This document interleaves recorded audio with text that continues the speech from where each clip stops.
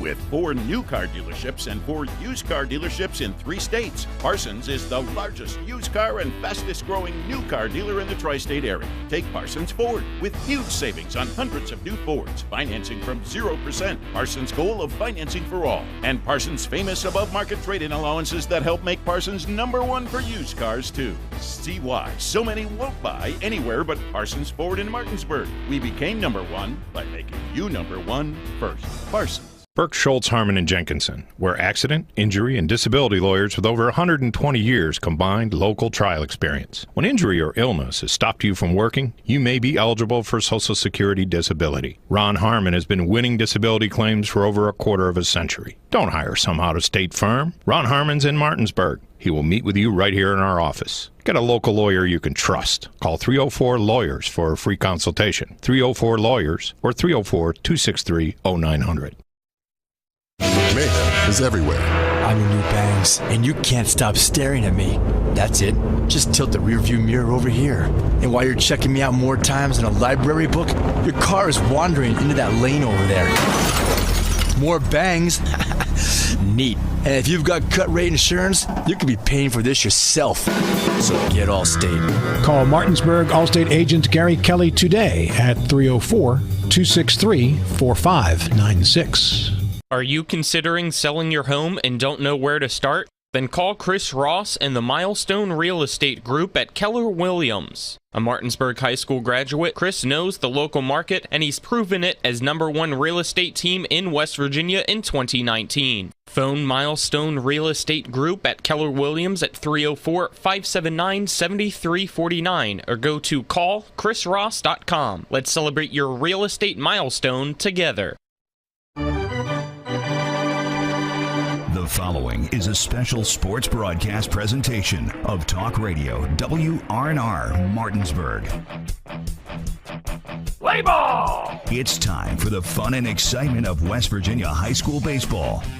Today's game is being brought to you by Bechtel Jewelers, the Brown Funeral Homes and Cremations, CMA Honda of Winchester, Hagerstown Ford, the Mansion Ferretti Law Firm, the Mountaineer Grill and Pub, the Mirius Group of Financial Advisors, Orsini's Home Store, Modern Realty Results, Kent Parsons Ford of Martinsburg, and the Skinner Law Firm. And now for the pregame show. Let's go out to the field and join our Talk Radio WRNR broadcast team. Oh, yeah.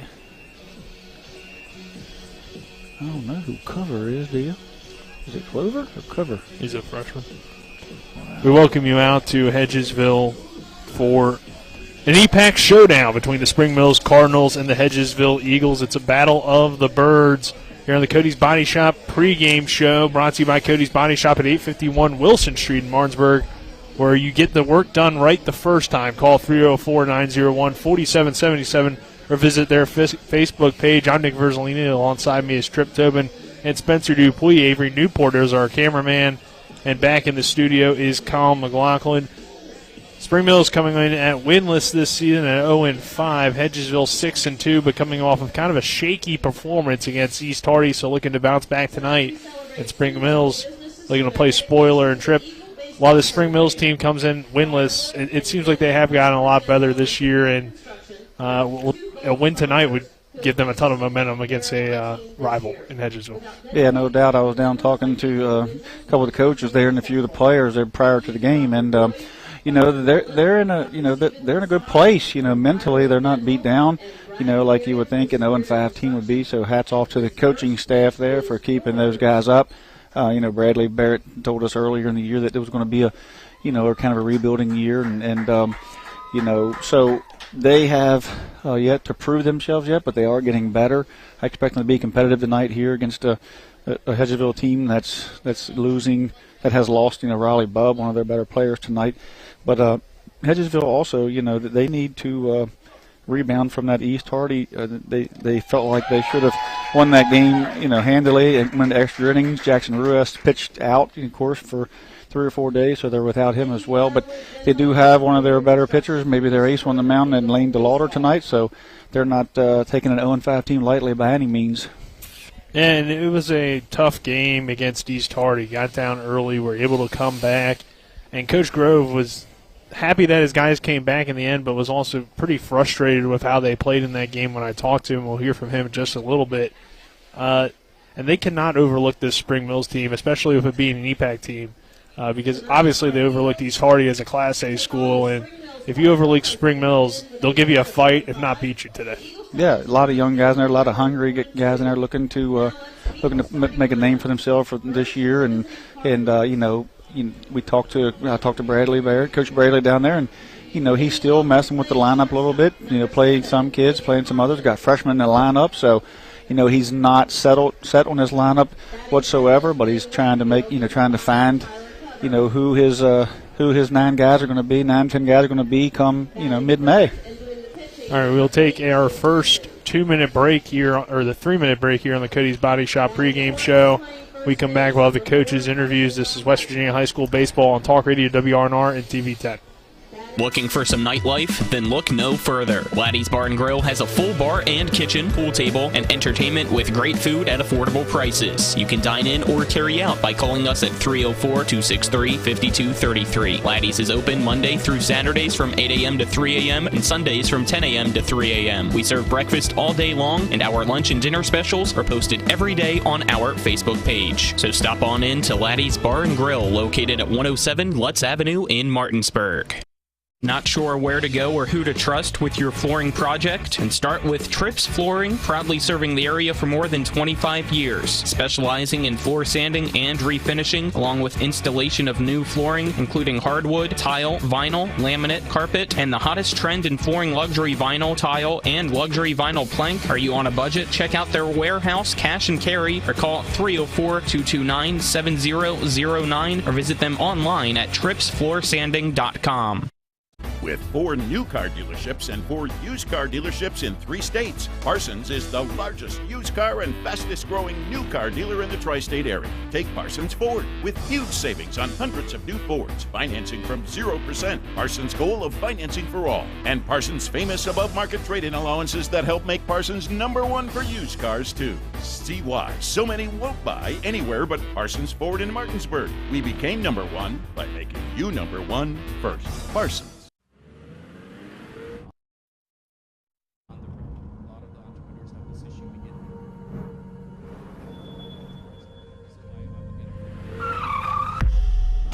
You've been in an accident.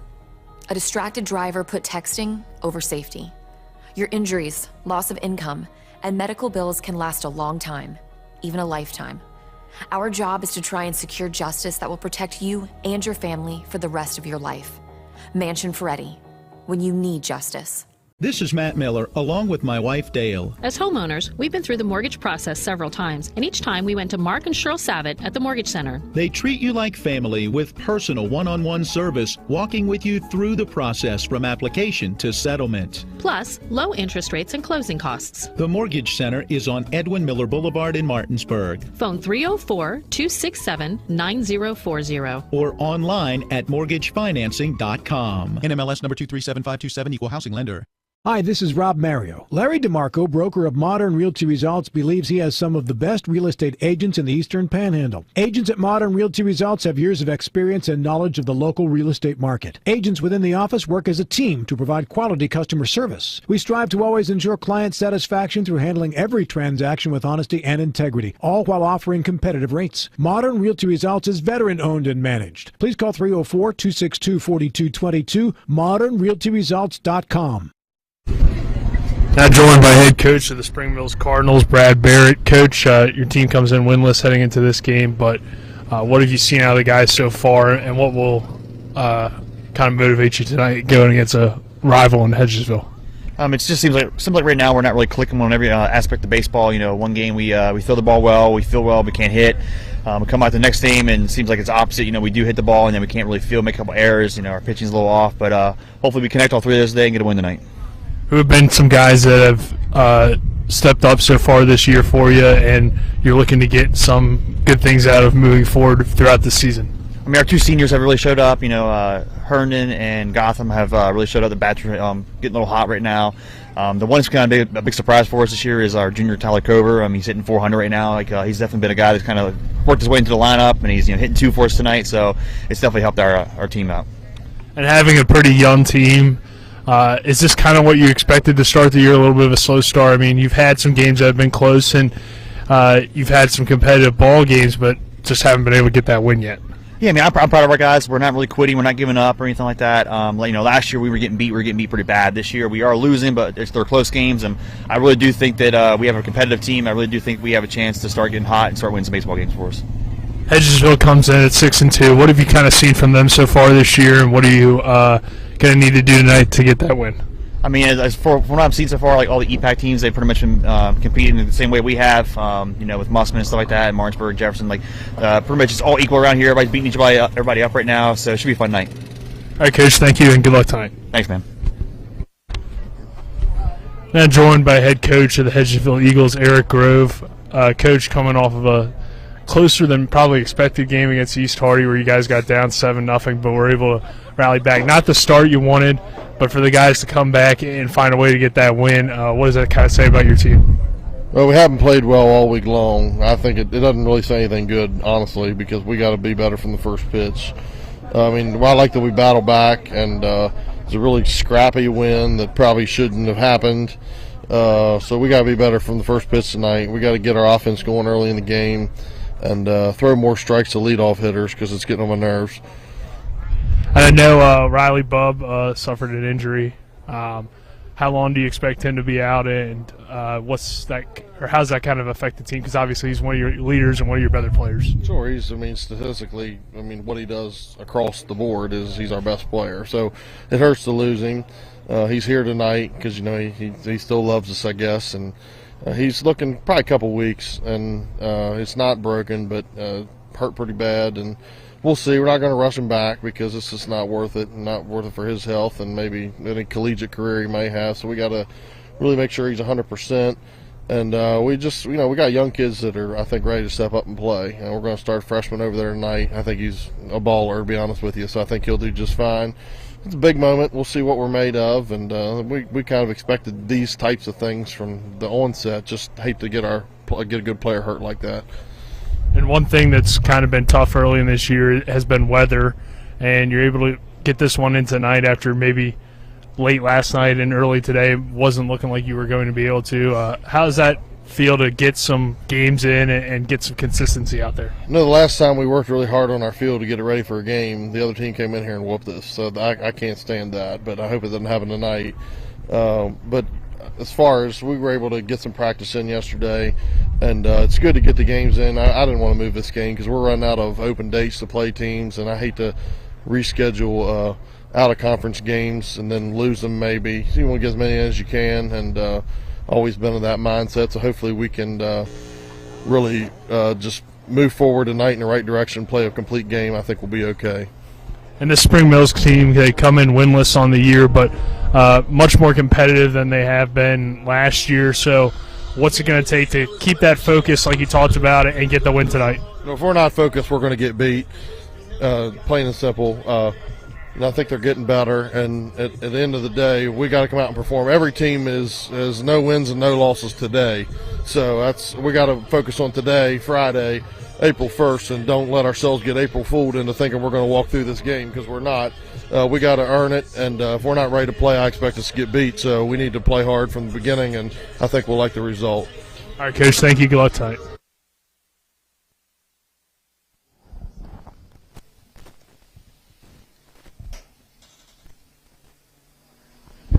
All right, so those are our coaches' interviews brought to you by Laddie's Bar and Grill, located at 107 Lutz Avenue in Martinsburg. If you're looking for some fun nightlife and great food at affordable prices, then dine in at Laddie's or carry out by calling them at 304-263-5233. Now we'll get into the Trips Flooring starting lineups brought to you by Trips Flooring. Not sure where to go or who to trust with your flooring needs? Call Trips Flooring at 304-229-7009. or online at tripsfloorsanding.com. We'll start with the visitors, the Spring Mills Cardinals. And starting for them today will be Compton, Cover, Herndon, Gotham, Sites, Harding, Trinell, Everhart, and Gearden. And Custer will play right field. Sites is DHing for him. As digging in to link things off will be Compton. He'll take that first pitch for a ball and then trip for Hedgesville. Oh, excuse me. I'm not sure if you got me. There you go. Looks like you got just a 1-1 count here. I think you got me now. Yeah, we got you. All righty. Want to catch it between the plate here, the appearance? Yeah, we'll get it when Hedgesville comes to the plate. You got to get the Trips Flooring starting lineup in, right, Spencer? Yeah, I mean, we'll give you the read again next inning. That's right. There we go. That one misses outside, so 2-1 count here on Compton. Compton batting 143 this season. Off to a slow start. Lane DeLauder on the mound for the Eagles, and that one down the middle for strike number 2. 2-2 count here on Compton. Cardinals coming in 0-5 on the year. Hedgesville 6-2.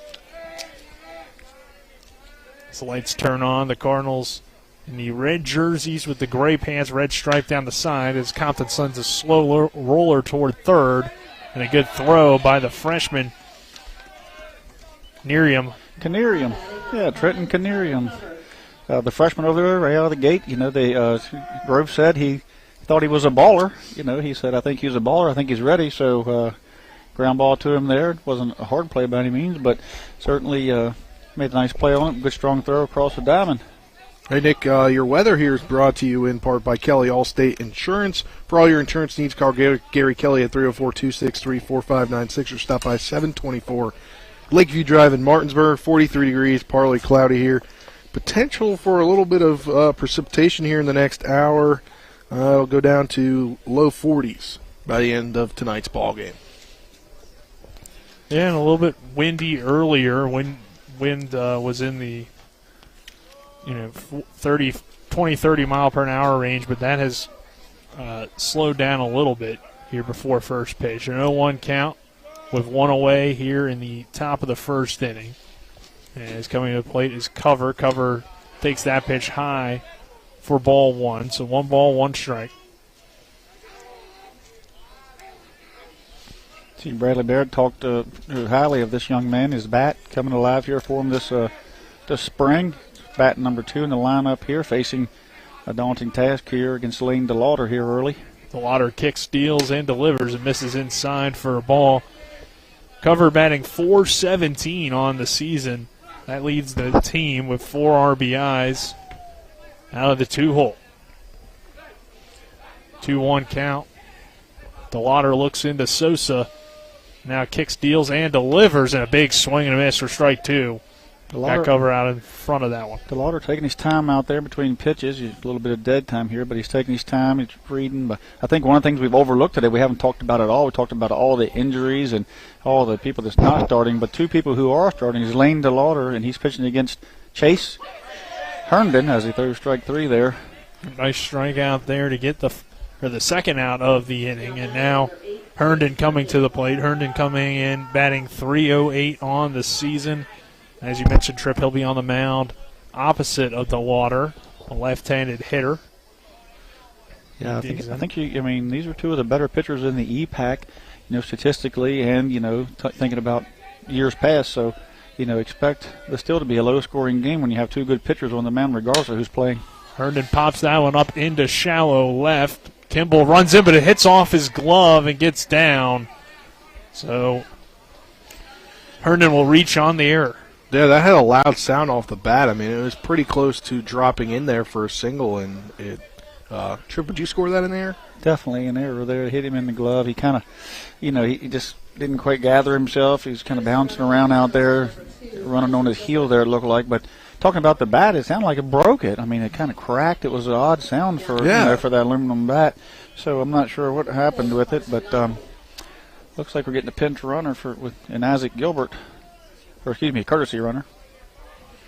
Isaac Gilbert. 0-1 count. Spring Mills coming to the plate now is Gotham, and he'll foul that one off for strike number 1. So Gilbert pinch running. Yeah, coming. Chase Oliveira staying warm. And lefty up. Maybe got a hole over there between first and second. He could pull something through. DeLauder delivers the 0-1 and a swing and a miss, strike 2. So Lane DeLauder working ahead, 0-2 count. Second time we've seen DeLauder this season on TV10 and WRNR. He threw a wheel of a game against Martinsburg that night, and he got, I believe, a no decision there, but it certainly threw very well. The 0-2 is popped up, foul and out of play down the left field line. I think he threw the same pitch 3 times in a row, and finally Connor got a little bat on it because twice he waved at it, kind of up and out, not allowing Gotham to pull that ball through that wide hole over there left because Mike Nichols is holding, and French is kind of playing double play depth, so we have a really big hole there that he can hit through. So, DeLauder throwing the ball away at this point. Gilbert leads off first. The pitch. The runner's going. Low and inside, and Gilbert will take second easily. So ball 1-2 count on Gotham. The runner on second now and 2 away in this top of the first inning. Spring Mills a chance for a little bit of a 2-out rally. Good pitch to run on. Expecting maybe a breaking ball or something out of the strike zone. Something maybe off speed. So, 2-pitch. DeLauder delivers the 1-2 and got him looking to end the inning. The Cardinals strand 1 will head to the bottom of the first. No score between Hedgesville and Spring Mills. This is West Virginia High School Baseball on Talk Radio WRNR and TV10. If you're in an accident, the first thing that you have to do is call 911. You have to get medical care immediately. The next thing you need to do is call us. When you hire us at the Skinner Law Firm, what we do is we are going to investigate your case and we're going to lay out the options that you have, all at no cost to you. We will use all of our resources and all of our experience to get you what you deserve. The Skinner Law Firm, SkinnerFirm.com. This is Matt Miller, along with my wife, Dale. As homeowners, we've been through the mortgage process several times, and each time we went to Mark and Cheryl Savitt at the Mortgage Center. They treat you like family with personal one-on-one service, walking with you through the process from application to settlement. Plus, low interest rates and closing costs. The Mortgage Center is on Edwin Miller Boulevard in Martinsburg. Phone 304-267-9040. Or online at mortgagefinancing.com. NMLS number 237527, equal housing lender. We welcome you back to Hedgesville. No score between Hedgesville and Spring Mills. We'll now give you the Hedgesville starting lineup. Brought to you by Trips Flooring. Not sure where to go or who to trust with your flooring needs? Call Trips Flooring at 304-229-7009 or online at tripsfloorsanding.com. Or right here with Trip Tobin, the owner of Trips Floor Sanding. Yeah, just give me a call. Just come up to the press box. Leading off for Hedgesville tonight, he's playing shortstop, number 12, Braylon Connor. Playing right field, batting in the 2-hole, number 8, Jackson Ruiz. Going to DHing tonight, number 24, Connor Quinn. He'll be DHing for pitcher number 16, Lane DeLauder. Batting in the 4-hole, number 27, playing first base, Mike Nichols. Batting 5th, number 2, Hayden Kimball, playing left field. Batting 6th, number 7, the freshman getting a start at third base, Trenton Canaria. Batting 7th, number 6, Chris French at second base. Batting 8th, Gage Gano playing center field. And rounding out the lineup, number 21, Yadiel Ruiz Sosa doing the catching. Isn't his nickname Sammy? That's what we call him. Yep. Sammy Sosa. Yep. We can't call him Slammin' Sammy because you called Sammy Roberts last night Slammin' Sammy. So you give away Sosa's name. You have to make another now. There you go, Nick. That was Nick's doing, not mine. No, I called him Strikeout Sammy, but only when he's on the mound. I think when he's batting, he doesn't want to be Strikeout Sammy. No, he wants to be Slammin' Sammy. So he's got 3 different nicknames. Slingin' Sammy. Connor leading things off, a 393 hitter on the season, the shortstop for Hedgesville. And pitching today for Spring Mills will be Herndon. Herndon on the mound, a left-hander. And his first pitch is inside for a strike. Yeah, had Connor jumping out of the way, had a little arm side action there on it, moved it back in across the plate. Great pitch to start the game off with. So now do the first pitch of the bottom of the first, as that one is popped up behind first base for out number 1. But our first pitch brought to you by the Mortgage Center on Edwin Miller Boulevard in Martinsburg. One call will save you thousands. Call 304-267-9040. Got to read that in the top of the first. So yeah, we listened to it's all good. We had like 4 different game time changes. We did, yeah. Yeah. But playing now, and that's all that really matters. So that will bring Ruiz to the plate, and he sends that one foul down the left field line. Jackson Ruiz hitting .304 this season, playing right field today. Herndon going from the stretch, even though no one's on, comfortable from that position. The 0-1 pitch to Ruiz, fouled it off the glove for strike 2. You know, you look at Herndon, he just, he doesn't throw, mid-80s or anything at this point in his career, but certainly a lot of movement on that pitch, hedged the ball well. We've seen fastballs already that, have some arm side action to them, spin. So it's going to be tough to hit tonight if he stays with that. The 0-2 is outside for ball 1. So 1-2 count on Jackson Ruiz. Number 2 hitter in the lineup. Quinn will follow him in the 3 spot. If anyone hasn't seen Ruiz since last year, I think he's grown 4 inches. The 1-2 hits that outside corner for strike 3. Got him looking. Yeah, that ball, again, left-hander, thrown over in the right-hander side of the box and is just cutting back. Same pitch that he started off Braylon Connor with. If he can have that, get that kind of movement from his fastball, tailing away from righties and cutting back in on lefties, he's going to be really successful tonight. And I think we're in for, a pitching duel that we haven't really spoke much about. Yeah, 2 good pitchers coming in as Quinn would take that first pitch, a low breaking ball for ball 1. 481 on the season for Quinn to begin this season. Yeah, I'm not a big fan of starting him off with that curveball, with that fastball's moving, but maybe you need to try it out. That one inside for ball number 2. So favorable count here for Connor Quinn, wearing that number 24 for the Hedgesville Eagles.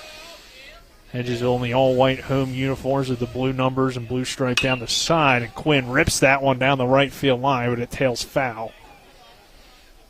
We could set the Spring Mills defense here. We've got Everhart behind the plate, Gotham on first, Harding playing second, Compton at short, Girardin at third, Cover at in left field, Custer playing center, and who we got out there in right? Chenier, yeah, there you go. And that one hit hard by Quinn off the glove of Herndon, and he'll reach first on the error. Yeah, it was right back at Herndon. Didn't get, just kind of caught him in a bad fielding position. Wasn't hit, tremendously hard. I'm not sure if it gets through the infield there, but just hit it just right. Not much you can do there. Infield base hit. He just caught him off the edge of the glove. Michael Nichols now coming to the plate. Nichols hitting .348 to begin this season.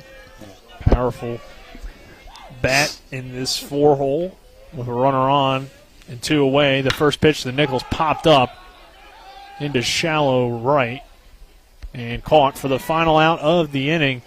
So the Eagles strand 1, the Cardinals stranded 1 as well. We head to the first inning, the second inning, no score between Spring Mills and Hedgesville. This is West Virginia High School baseball on Talk Radio WRNR and TV 10. Heffley Motor Company, serving the Eastern Panhandle for over 17 years. Known for our wide variety of vehicles at great prices. We are the area's only pre-owned Carfax Advantage dealer. Save yourself time and money. Come see us. You'll be glad you did. And don't forget our popular detailing service to keep your car looking brand new. We're proud to be your partner serving the community. You're local, we're local, why not buy local? Heffley Motor Company, a nice place to do business. The Palace Lounge in Martinsburg has a brand new list of daily specials. Monday, stop on in for burger night or enjoy a nice juicy steak every Tuesday and Wednesday. The Palace Lounge also offers freshly steamed shrimp Thursdays and chef specials every Friday and Saturday. Sunday is all-day breakfast and there are drink specials daily too. So come enjoy the Palace Lounge. You can find them on Facebook or call 304-267-7520. The Palace Lounge is located at 1350 Edwin Miller Boulevard. Welcome back to Hedgesville here as getting you the EPAC Baseball Roundup brought to you by Burke, Schultz, Harmon, and Jenkinson. Over 120 years combined experience at accident, injury, and disability lawyers. Go to burkeandschultz.com or call them at 304-263-0900. We play hardball. Looking at live games right now via Game Changer. Jefferson up on top of Grace Academy 11-3. Currently in the, I believe, top of the third inning. End of the third inning, excuse me. Then tomorrow they'll play South Garrett High School. And I don't know if there's any other games in action right now. I think Musselman's facing Oak Hill right now. There's no live score on that. And I think that's the only games that are live right now, Nick. So we welcome you back, and that big swing and a miss from Seitz. Seitz, the number 5 hitter, the designated hitter, hitting for Custer tonight for Spring Mills, batting .200 on the season. Seitz, Harding, and Trenier due up for the Cardinals. Another big swing and a miss for strike 2. Who's he DHing for? Sorry about that. Custer. Custer, okay. Yeah. Seitz is a lengthy young man here, athletic looking, athletic stance here. Finds himself in an 0-2 count. The pitch from Lane DeLauder hits that outside corner for strike 3. So DeLauder's got 3 looking strikeouts and 5 at bats here, so that just goes to show you how his pitches are moving and the spots that he's hitting. You know, he's not cutting that plate in half. He's nibbling the corners and getting the calls, and I think it's going to be, like I said earlier, I think the big story tonight was more about actually the pitching duel as opposed to who wasn't playing but who's playing. Harding fouls that one off to begin his at-bat. Yeah, we talk about all the time, Tripp, about when you get down 0-2, you can't leave it up to the umpire, but Hedgesville or Spring Mills has done that now 3 times, as you mentioned, and all those pitches are borderline. You got to try to do a better job of protecting the plate. Yeah, you get 2 strikes. I mean, the pitcher's not just going to throw the ball right down the middle unless he messes up, so he's looking for corners and looking for spots. That one fouled away, and again, getting down 0-2. It's Spring Mills, but Hardin has done a pretty good job against some good cuts to begin this at-bat. A .286 hitter on the year. One thing Lane's done here, he hasn't used a lot of different pitches. He's just throwing the fastball. He's hitting spots at the moment. He's got other pitching in his arsenal, of course, but, he's looking to use what's working at the moment. If he has to go to those pitches, the curveballs, the changeups, those types of things, second time through, then so be it. But at the moment, first time through, he's getting a lot of success with spotting that fastball. The 0-2 pitch from DeLauder. Swing and a miss, strike 3. Down goes Harding. That's the 3rd straight strikeout for Lane DeLauder. Yeah, DeLauder working early here, and I know if you're Hedgesville, you want to kind of get that bad taste of going down early to East Hardy the other day. You want to get that out of your mouth, and you just want to sit everybody down if possible.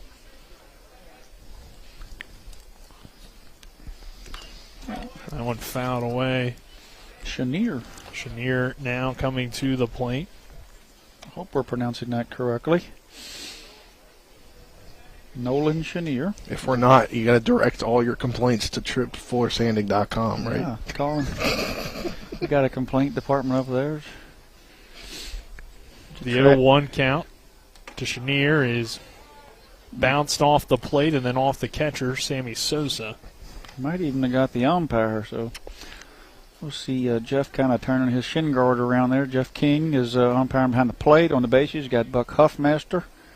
So a 2-man crew tonight here. That one misses outside for ball number 2. So 2-1 count here on Chenier. Chenier hitting .143 this season.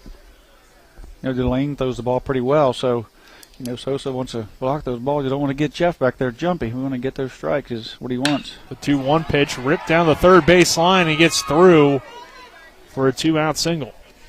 He hit that one by the freshman. He didn't have much reaction time.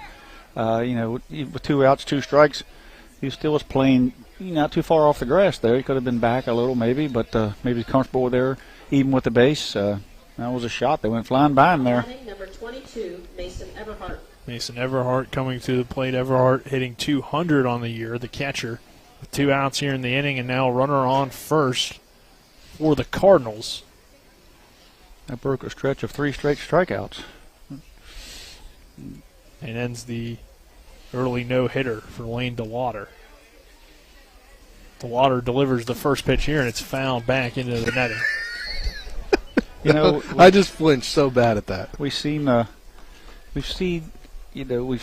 I'm sure Coach Bradley Barrett's going to just talk about it, at the end of the game or at their next practice. But we see Spring Mills swing early, and then they've taken 3 strikes with 2 strikes. So they're going up there to swing the bat early, but then bat on their shoulder with 2 strikes. The 0-1 misses outside for a ball, 1-1 count. You don't really mind if they see a pitch, for strike 1, but then swing and miss strike 3. But we're swinging strike 1 and looking strike 3, so that's kind of not, what you like to see, of course, out of your offense. What he says is he doesn't seem to be always clicking. There's a big swing and a miss on a 1-1 pitch that was outside for strike number 2. So 1-2 count here on Everhart with the runner on first base and 2 away here in the top of the second inning. No score between Hedgesville and Spring Mills.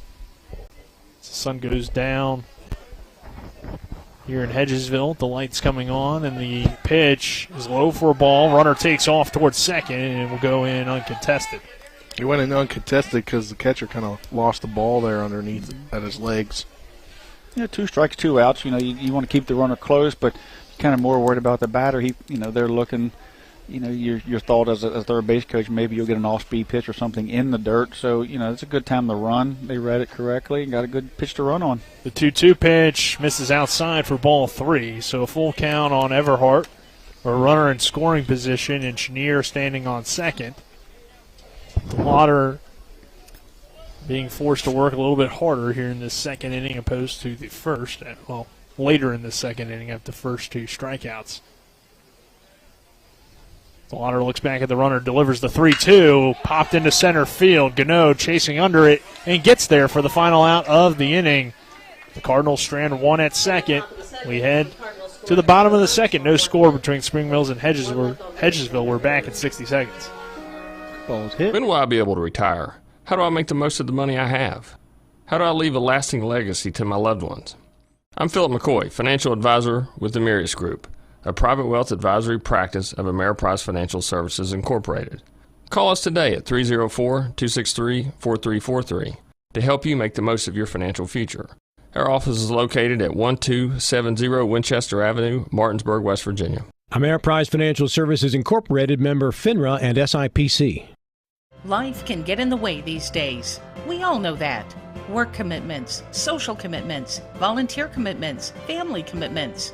You put your heart into all of it. You've got enough to worry about already. Your roof shouldn't be one of those things. Everything should just work. But when your roof is in need of an upgrade, you shouldn't have to worry about that either. Modern Renovations, your 4-state roofing solution. Reminding you that home is where the heart really is. I need to get some young people looking, and the old grandmas checking him out. We welcome you back to Hedgesville. Kimball will lead things off to begin this bottom of the second inning. It'll be Kimball, Nearium, and French in the 5-6-7 hole.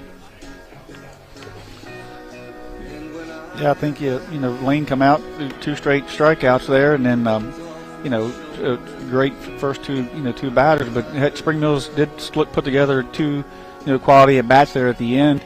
There's next 2 hitters as Chenier laces a base hit in behind past the third baseman, and you can't really see on the film there on the live feed, but Mason Everhart gave that ball a charge, and Gage Gano broke in, and on any other day, maybe a nice warm day with some topspin there, that ball flies over his head. But So he did get squared up twice that inning. That's got to be a plus for Spring Mills coming in, but still, Lane's throwing one heck of a ball game here, and see if Chase Herndon, Lane DeLauder, see if Chase Herndon can duplicate that inning.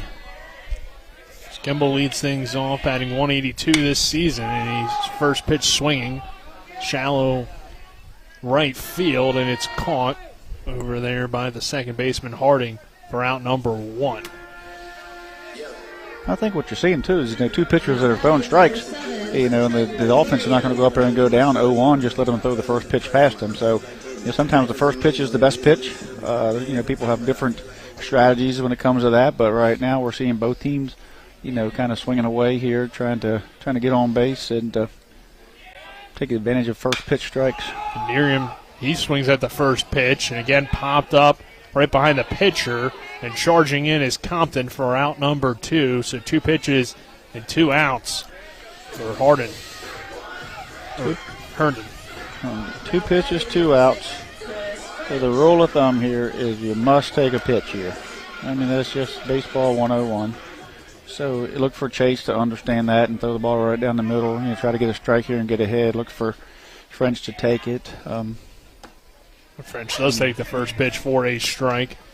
Chris French, the number 7 hitter in the lineup, hitting .235 this year. Takes that one high for ball 1. A 1-1 count on French, the second baseman for Hedgesville,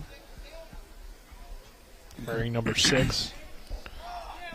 1-1 pitch, fouled away by French.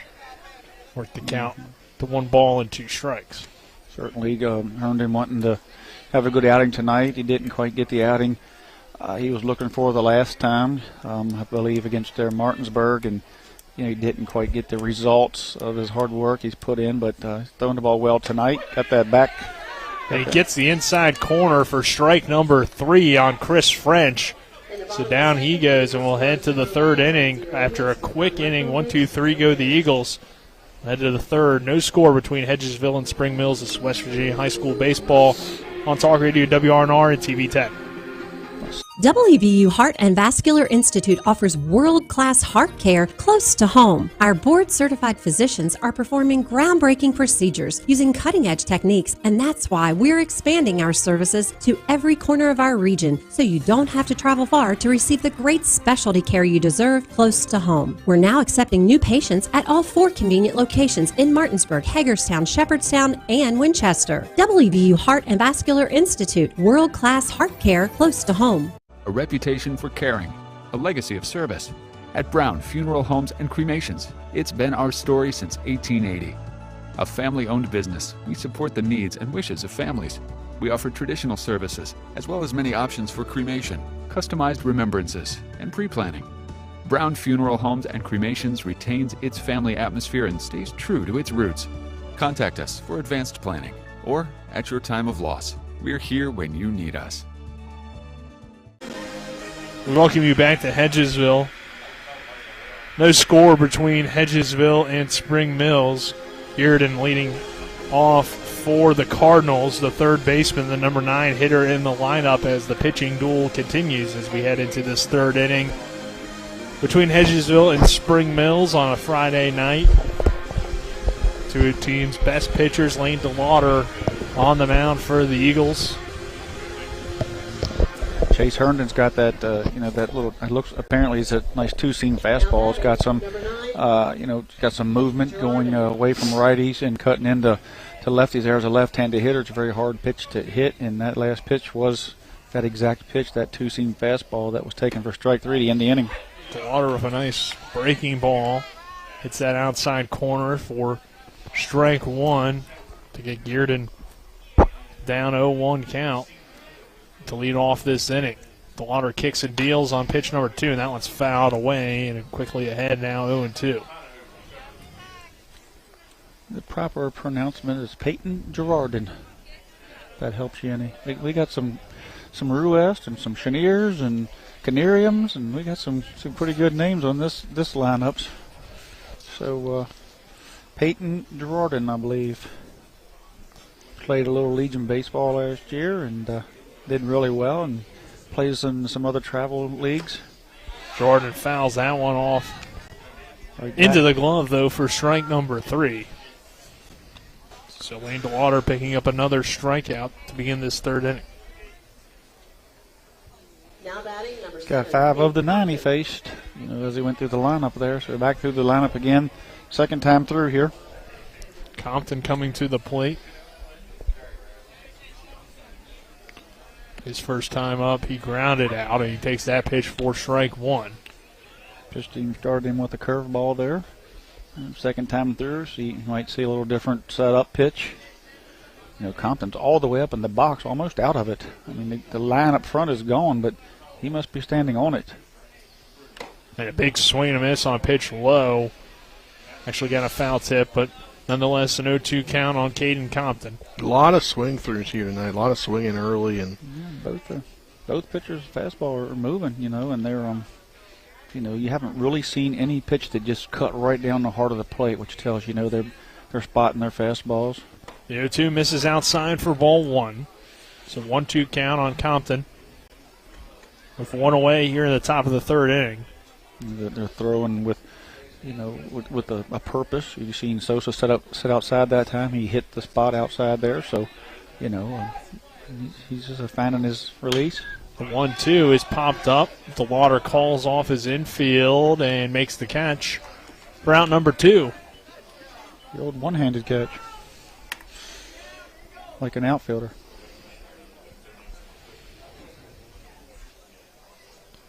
That'll bring Cover to the plate. Now batting, number 5, Tyler Cover. Cover struck out his last time up. One of the better hitters in this Spring Mills lineup. And batting here with 2 away, and he hits that one hard towards second. A great effort by French to fire to first in time for out number 3. What a web gem. Web gem. Yeah. You got to like that if you're Lane DeWater pitching well on the mound and your defense picks you up for out number 3. We're headed to the bottom of the third. No score between Spring Mills and Hedgesville. We're back at 60 seconds. With 4 new car dealerships and 4 used car dealerships in 3 states, Parsons is the largest used car and fastest growing new car dealer in the tri-state area. Take Parsons Ford with huge savings on hundreds of new Fords, financing from 0%, Parsons' goal of financing for all, and Parsons' famous above-market trade-in allowances that help make Parsons #1 for used cars too. See why so many won't buy anywhere but Parsons Ford in Martinsburg. We became #1 by making you #1 first. Parsons. Life can get in the way these days. We all know that. Work commitments, social commitments, volunteer commitments, family commitments. You put your heart into all of it. You've got enough to worry about already. Your roof shouldn't be one of those things. Everything should just work. But when your roof is in need of an upgrade, you shouldn't have to worry about that either. Modern Renovations, your 4-state roofing solution. Reminding you that home is where the heart really is. We welcome you back to Hedgesville. No score between Hedgesville and Spring Mills. Nick Verzolini, Trip Tobin, Spencer Dupuis, Avery Newport here on the broadcast, and Colin McLaughlin back in the studio.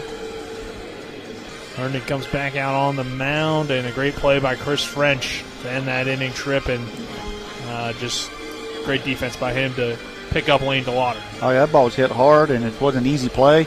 For a middle infielder, and early in the season, these infields don't play that well. I mean, they're choppy and they're hard to mow, and the grass hasn't filled in. But the thing that impressed me the most is Chris French. Not to bring up the negative, but he took strike 3 to end that inning. So, to go out in that field and to be focused and to put that at bat behind him and understand he had to play defense, and that just shows some maturity there on Chris French's part to take a negative, and then like baseball does, it finds you after a strikeout. And he was able to make the play there, so he stayed focused, and my hat's off to him for that. Gano will lead things off to begin this inning, batting 167 on the year. He takes the first pitch for ball 1. Second pitch, Gano squares around, gets it down the line, but it goes foul on the bunt attempt, so 1-1 count. Knowing Gage, and you've been around him coaching him a little bit, knowing that that's in his arsenal. It doesn't surprise me that he pushed that bunt down that way. It's something that he can do. Now he's got the infield drawn in, a little bit, or the third baseman, so it gives him a little room to slap the ball by. I'm sure he can attempt that. And you can see right there where the ball is out, and he kind of slapped at it that way. So, his approach there is lay the bunt down, show the bunt, pull the left side in a little bit, and then opens up some area, some green for him to maybe get one in. So 1-2 count on Gano. The board says it counts 0-3. Scoreboard says 0-3 count. That's the inning, sorry about that. That's the inning. Yeah, it has confused me a few times, but it is 1-2. It's another fouled off pitch. Or actually, fouled again. Yeah, Girardin took a spill down there on that one. Yeah. Come off the dugout, and then it kicked back past Nicky Brown, and then sent Girardin sliding head over heels there. Must be a slippery spot out there. 1-2 count. You don't want to get taken out on a foul ball, do you? Or take yourself Not out. ideal. He's moved back now, knowing that Gano can go both sides of the line there. Gano will take that one outside. Good eye on that pitch to bring it even now. 2 balls and 2 strikes. Only the number 8 hitter in the lineup. So Hernan's gone through the batters quickly to begin this one, and Gano again fouls it off down the third baseline. Gano has been the leadoff at times early in the season for Hedgesville, so that tells you, what his capabilities are to bat, up and down the lineup. Usually you can interchange as a leadoff or a number 9 guy, the 8 guy. A little bit different. Surprised he's kind of in the 8, not the 9 there. Gano pops this one up, fouling out of play. So count remains even at 2 balls and 2 strikes, and this is one of the few long at-bats we've had early in the ball game, and even if Gano doesn't work his way to get a hit here, this plays a factor later for the other guys in the lineup and Herndon on the mound. Yeah. The 2-2 pitch misses outside for ball 3. Yeah, last inning he had 2 pitches, 2 outs. Then Hedgesville was able to string together a couple of hard hit baseballs there, and now you're seeing this inning where he's having a long at bat, and that's what you want to do. When it's 0-0 against a good pitcher. The 3-2, Gano again fouls it away. You just want to be a tough out. You're up against a good pitcher. You're up against, that generally the pitcher, some of your better pitchers in the EPAC, and regardless, 3 out of 10 times is a 300 hitter. So you just want to do the best you can against some of the better guys there and just make the bat as long as possible. The full count pitch misses outside for ball 4. The leadoff walk. And Gano draws it and could be dangerous as Hedgesville is now in the 9 spot with Sosa coming to the plate and a chance to turn the lineup over and potentially have a little bit of a rally here in this 3rd inning. Yeah, some speed on first. Like I said, Gage could easily be the leadoff for this team, or the number 9 guy. He did a lot of base running last year for that varsity and got some varsity experience. Sosa rips that one. Got Nicky right in the back. Foul down the line for strike 1. Nicky spun out of the way, but the ball found him square in the back, between the shoulder blades. He's walking it off though. He's wearing it well. He's not rubbing it. 2-11 on the year for Sosa. And he takes that one high and outside for ball 1. 1-1 count. For any coach or anybody who's played here at Hedgesville, the third base box in the visiting dugout is not that far apart. So you're out there, you're right out there and just inside of fair territory. So it's a tough little spot to coach. 1-1 pitch misses outside for ball 2. 2 balls and 1 strike. And we've seen that fence also ball bounce off that a few times. So you really got to be aware down there at third. Yeah, that dugout kicks out a little bit and just creates, minimal area, foul territory area, and Nicky was just caught right there, and he got him in the back. You seen Mason Everhart come up and looking to throw to first, but it's tough to do with a left-handed batter. The 2-1 hit hard on the ground towards second. Harding flips it to short, but it's through his glove, and Hedgesville has runners on first and second. Yeah, when he caught it, bobbled it a bit, then he rushed it. Should have just went to first to get the out. Instead, he still tried to push the underhand toss to Compton, threw it high, and that's what putting together long at bats will do for you. So that will bring Braylon Connor to the plate. I mean, typically you're in a bunt situation with their ace on the mound, but with Riley Bubb out of the lineup, and they're not having a tremendous amount of offensive firepower. I think if Raleigh's in the lineup, you see Braylon bunt here. I'm not sure if that's the case right now. It's a little different situation, but it is going to be a probably at this point going to be a low-scoring game. So he's bunting. Does bunt, but he runs back or pulls it back as the ball came inside. And Rothland playing in on the grass down at first base, but not playing in on the grass. Garden. Runners on first and second. A throw back towards second. Compton was in a good position, but the throw was a little bit behind the diving Gano. So it looks like Landon. Was it courtesy running? Landon Pence. Pence, yeah. Mm-hmm. Courtesy running for the catcher there for Sosa. And standing on first, Gano down there at second. Herndon delivers that one again inside, and getting out of the way is Connor as he pulls the bat back to get ahead. 2 balls, no strikes, and I wonder now maybe if they give him the green light here on 2-0. He probably takes here. I mean, I'm not sure. I mean, you got Compton coming in tight, on him, maybe a play at third, but probably look, either way, but he's definitely only going to bunt a strike. That one's high for ball 3. So Connor gets ahead, 3 balls, no strikes. Runners on first and second for the Eagles. No score between Hedgesville and Spring Mills. Bottom of the 3rd inning. She's kind of squared around the bunt, definitely taken here, just trying to break concentration of Herndon. And he takes that one in there for a strike. So 3-1 count now on Connor. We're back to 3-1, still a hitter's pitch. Again with Bub out of the lineup, getting Connor in a good hitting count. Wouldn't be surprised. I think he's swinging away. That one's low for ball 4, so the Eagles load the bases with no outs here in the inning. And Jackson Ruess coming to the plate. Ruess, the number 2 hitter in the lineup. He struck out looking his last time up. A lefty versus lefty matchup. 3rd inning. No score between the 2 teams, but Hedgesville a great situation. Yeah, got a walk, an error, and a walk. So 3 what they call free bases. And still not, no hits this inning. Herndon hits the outside corner for strike number 1. It's a good comeback pitch to get ahead on Ruest. Mm-hmm. Spring Mills defense is back. 3rd baseman's up. Compton is even with the bag here, just sitting in the base runner's pocket here. The 0-1. Nice breaking ball in there for strike 2. Yeah, great pitch there by Herndon. Curveball down at the knees. Lefty on lefty. So look for him to maybe go upstairs this time as the catcher's kind of calling it up. The 0-2 pitch is outside for a ball. 1 ball, 2 strikes on Jackson Ruess. Bases loaded for the Hedgesville Eagles. No score between the 2 teams. Bottom of the 3rd inning.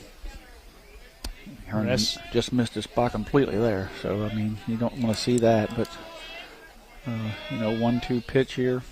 1-2 delivery. Chopped up to Herndon. He'll go to the plate for out number 1. And then they'll say that. Taking it out. That will be. Yeah. Mason. Yeah, well, Everhart, he threw it back to Everhart. Everhart goes for the exchange to make the throw down to first base, and he dropped it on the exchange there. Good call by Jeff. Wait, so the run doesn't count, though? Yeah, he's out at home, yeah. Yeah, because he already tapped the base because it was a force out. It was a force out at home, and Mason come out, caught the ball with his catcher glove, then went to exchange it into his throwing hand. That's when it come out, but it didn't just pop out. I mean, it flew out. It went up in the air, so it gives the, your first thought there might have popped out, but it was on the exchange. But exactly what Herndon needed. Herndon's thrown 2 double play balls this inning and got 1 out. So, I mean, that right there is a play where you throw home, and then, he cuts it back to first or third. But, a little bit on Herndon there because he didn't throw hard to the home plate, so he kind of lobbed it. And I think that caught the Mason Everhart off guard a little bit, too, thinking the ball would come quicker and he'd make a snap throw at first. 1-0 count to Quinn. He takes that one. No, he went around or called a strike for 1 ball, 1 strike on Quinn. And Quinn didn't know what happened there either. He kind of looked back like, did I swing? So, bases loaded for the Eagles. Now 1 out in the inning. Herndon delivers. That one misses outside for a ball. 2 balls, 1 strike on Quinn, who is the leading batting average hitter in the lineup tonight, batting .481 on the season. He reached on an error his first time up. And Quinn's really stepping in the bucket. I mean, look where his front foot goes. You can see that footprint out there. It's, it's 6 inches back where he should be driving towards the pitcher. Should close up. But the 2-1 is inside for ball 3. Trying to work that inside corner on Quinn. The bases are loaded, so don't want to walk him. And this is where the catcher's got to be giving, Everhart got to be giving some information back to the pitcher and or the coach calling pitches. Quinn's, stepping out, so you want to go out, not in, because going in is just playing into that, that little issue of the swing. So, if Herndon can get out, which is you seen the catcher set up out now, it's going to be tough for Quinn to get out there. 3-1. Catches the zone again for a full count now. 3 balls, 2 strikes. And Herndon missed. I mean, he didn't hit the glove. I mean, he threw it in. He got the strike, but catcher wanted it on the other side of the plate. 3-2 pitch. Quinn rips it foul to keep this at-bat alive. Nichols in the on-deck circle. Bases loaded for the Eagles. Take nothing away from Quinn. He swings the bat hard. Yeah. That's why you don't want to put it in that zone of his. He wants to stay out, away from that power. Herndon looks back at the runner on second, delivers the 3-2. Quinn pops it foul and out of play down that first base line to keep the count full at 3 balls and 2 strikes. And credit to Quinn. I mean, it's working for him.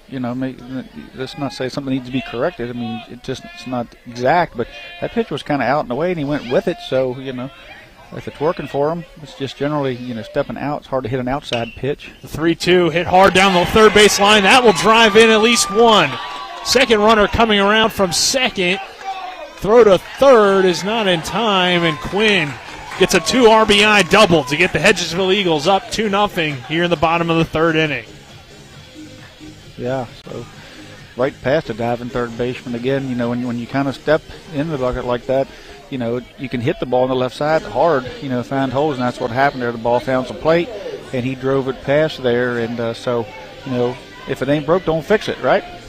But those two, those free bases always haunt you. They always seem to haunt you. Those leadoff walks come around to score, it seems like, at this level.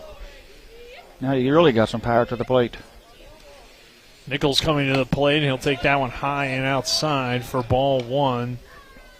So the Eagles now have Quinn and Ruest on the base paths. Quinn standing on second, Ruest at third, and Nichols, the cleanup hitter at the plate, looking to do just that, clean up this inning. Pitch to Nichols, it's there for a strike. And the Hedgesville Musselman gave up a Musselman. Nichols hit the baseball over the fence, and then the 2 bats later, I believe, hit it off the fence, and that's not an easy part to hit the ball deep in. 1 ball, 1 strike. Nichols sends it the opposite way toward the right, and coming in and making the catch is Chenier, and tagging up, Jackson West comes in to score the 3rd run to make it 3-0. So Nichols did his job and gets the sacrifice, and a good piece of hitting there to send that ball the opposite way. Yeah, I mean, perfect spot for Nichols to be in. If you, coaching him a little bit this summer, you always, he lifts the baseball. Great time for him to continue that trend with a man on third. So, he hits the ball hard, hits the ball deep, hits the ball in the air, and he's not going to leg out a lot of infield singles, but he certainly can be effective in your offense, especially with base runners on. So Kimball comes to the plate. Quinn standing on second base. Kimball takes that one inside for ball 1. Hedgesville building itself a 3-0 lead here in the bottom of the 3rd inning against Spring Mills. Cardinals 0-5 on this season. Hedgesville sitting at 6-2. The pitch to Kimball in there for strike 1. 1 ball, 1 strike. The number 5 hitter in the lineup, Kimball. He flew out his first time up.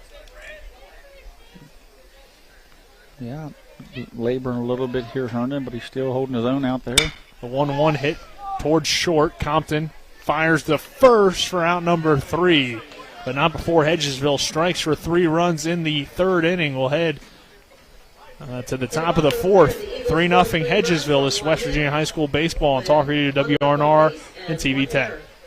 The Palace Lounge in Martinsburg has a brand new list of daily specials. Monday, stop on in for burger night or enjoy a nice juicy steak every Tuesday and Wednesday. The Palace Lounge also offers freshly steamed shrimp Thursdays and chef specials every Friday and Saturday. Sunday is all-day breakfast and there are drink specials daily too. So come enjoy the Palace Lounge. You can find them on Facebook or call 304-267-7520. The Palace Lounge is located at 1350 Edwin Miller Boulevard. Hi, this is Rob Mario. Larry DeMarco, broker of Modern Realty Results, believes he has some of the best real estate agents in the Eastern Panhandle. Agents at Modern Realty Results have years of experience and knowledge of the local real estate market. Agents within the office work as a team to provide quality customer service. We strive to always ensure client satisfaction through handling every transaction with honesty and integrity, all while offering competitive rates. Modern Realty Results is veteran-owned and managed. Please call 304-262-4222, modernrealtyresults.com.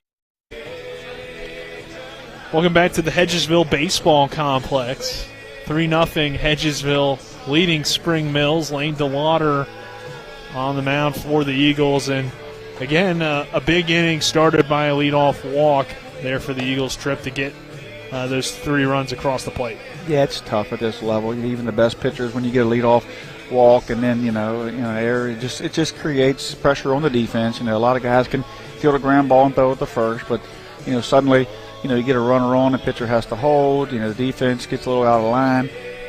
That turns into your infield going into double play depth. Your first baseman holding it, puts holes, in the infield to push balls through. Ultimately, he had a couple. He walked a couple guys and then a double, but had a couple double play balls that could have got him out of it. That Spring Mills just didn't turn into double plays. Herndon will lead things off, and he rips that one toward left field. And nice catch out there in left by Kimball. Round number 1 as Herndon definitely made good contact with right to Kimball and left. Yeah, I thought when he hit it that Kimball was going to get over his head because he kind of took a step in, but then it just kind of hung out there and come down for him. But it was hit on the numbers and tailing away. Kind of the hardest, when you're playing in right field and the right-hander hits one out there, you get that tail. This was an opposite with a lefty to left field.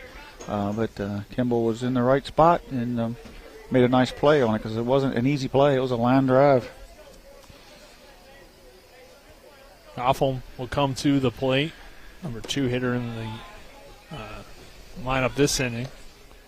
4 hitter overall. And you have to know, down 3-0, and when one of your best hitters gets up and he hits the ball that hard, doesn't get, on base. That's kind of how Spring Mill seasons has went. When you talk to Bradley Barrett, they just can't seem to get a break. That one popped up into left field. Kimball gets another put out as he chases down that one from the number 4 hitter, Gofflin. And that will now bring Seitz to the plate. So 2 of the better hitters in this Spring Mills lineup pop out or fly out. 2 pitch, 2 out. Oh no, 3 pitch, 2 out, right? Yep. I still think I'm taking here. You have to make, the opposing pitcher, labor some, especially after a 3-run inning. But they don't take as Connor will charge in on the grass, make the throw to first, route number 3. So 1, 2, 3 go the Cardinals. Lane DeLauder continues to roll with 4 innings and no runs given up. To the bottom of the 4th, Eagles coming back to the plate. 3-0 Hedgesville. This is West Virginia High School baseball on Talk Radio WRNR and TV 10. Ever try to collect on an insurance claim? Perhaps a homeowner's claim, auto accident, or fire? Insurance companies collect money from you for protection should something bad happen. And when it does, they don't want to pay, or they offer too little. At Mansion Ferretti, we have an attorney who worked defending insurance companies and knows all the dirty tricks they play to deny or lowball your claim. Call us today for help in getting what you really deserve. Mansion Ferretti, when you need justice. Are you considering selling your home and don't know where to start? Then call Chris Ross and the Milestone Real Estate Group at Keller Williams. A Martinsburg High School graduate, Chris knows the local market, and he's proven it as #1 real estate team in West Virginia in 2019. Phone Milestone Real Estate Group at Keller Williams at 304-579-7349 or go to callchrisross.com. Let's celebrate your real estate milestone together. Welcome you back to Hedgesville. Eagles leading the Cardinals 3-0 here in the fourth inning. Nick Verzolini, Trip Tobin, Spencer Dupuis. And back in the studio is Colin McLaughlin, Avery Newport here as well. He's around. Yeah, running around doing things. I got your score update for you, Nick. In the EPAC, Jefferson Cougars win over Grace Academy in 5 innings. And a home run from Matt Vickers. The final score 16-3. Wow. Now taking for a strike to lead things off. It'll be Neeram, French, and Gano. 6, 7, 8 hitters. Look who's back. Avery. That one. Avery had to go down and fix the camera because he didn't run no power to it. So we have to go down and run some power to it. It's the intern for you. 1-1 count. Big swing and a miss. You really like going after Avery, Trip. Well, Avery said he might take a job at Marshall, so if he leaves us. At Marshall? Yeah. That's news to me. That's news to us. Marshall alums over here. Yep. Big swing and a miss for strike 3 on Neeram. Canerium. Yep, my name. And that sends him down. French coming to the plate. He struck out his last time up. We're getting in here to the middle of the lineup here. Of course, Spring Mills had a real quick inning, and they would like to duplicate that and get back in there and get the hit and try to chew away at this lead. Herndon coming back out and getting that strikeout really has worked well through the first 4 innings. Has only given up 2 hits, but that leadoff walk hurt him last time. Gets behind here. 2 balls and no strikes. Yeah, he just missed on there. French. Good pitch. French still with the web gem of the game, in my opinion. It was a heck of a play he made there back a few innings ago. French will take that one inside for ball 3. Herndon so far 3 1/3, 2 hits, 3 runs, 1 earned, 2 walks, and 3 strikeouts for the lefty. 3-0 pitch to French is high for ball 4, and Chris French gets the 1-out walk. And that will bring Gage Gano to the plate, the man that started the rally in the 3rd inning, now hitting with a runner on. Just got an update from some of the fanfare Musselman. I believe they're playing Oak Hill tonight. Yes. And they're leading 2-1 after 1 inning, so going to the top of the 2nd. Musselman's up 2-1. They're playing Oak Hill in Charleston at George Washington High School. They'll be playing George Washington tomorrow. Wild pitch gets away from the catcher Everhard, and not really a wild pitch, but a pass ball as it hit off of the glove of Everhard, and French takes 2nd. So runner in scoring position with 1 away for the Eagles. Gano at the plate. So now Gano has, the 3rd base line because, Jordan has to stay back, and play 3rd. So you see him playing even with the line. So, Jordan has that, Gage has that whole line to kind of push bunt down that way if he would like to. Gano takes that one for a strike. Left-handed pitcher on the mound. So, possibility that he could, drag it down that way for a base hit. Both corners are back. That one high and inside. Gano takes it for a ball, 2-1 count. And also, potentially, if he hits one hard enough on the ground, could probably get it past 1st and 2nd. Do the runner on 2nd. Yeah, 2nd's holding. He probably should stay in that hole a little bit and get back in position. He's all the way to 1st base here at release, 2nd.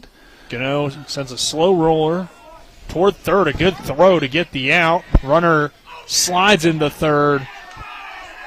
Unable to get that double play, but do advance the runner with now 2 outs in the inning. Yeah, they went for the 5-3-5 double play there. The ball was hit hard there at Gerard, and he made a good strong throw across. Good read by the base runner as he come, as Chris French come sliding back into 3rd. So, you don't want to make that last out at 3rd.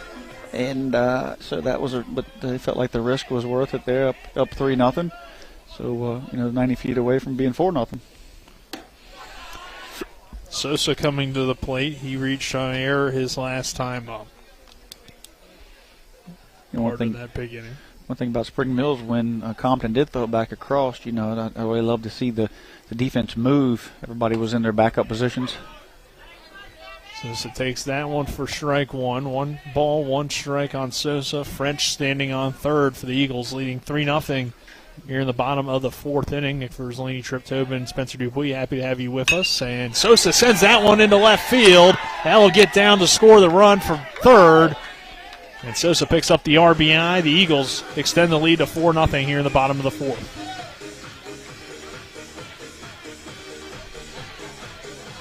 That ball was just hit right on the nose. Just a beautiful base hit. He hit the ball hard last time against into the air at second base, and so he's getting the bat on the ball here tonight against some good pitching.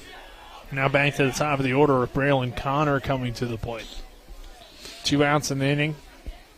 That one misses high and inside. Pence will come on and run for Sosa down there at first base. He was able to score a run last time he pinch ran. Connor at the plate.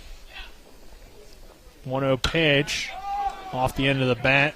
Fly ball into right field, and Chenier tracks it down for out number 3, but the Eagles do score 1. 4-0 Hedgesville. We'll head to the 5th inning. This is West Virginia High School Baseball on Talk Radio, WRNR, and TV 10. See that Honda badge? It reveals more than the Ridgeline's maker. It's a testament to endurance and Honda ingenuity. So when the terrain ahead is full of challenges, brace yourself. The Honda Ridgeline is about to amaze you.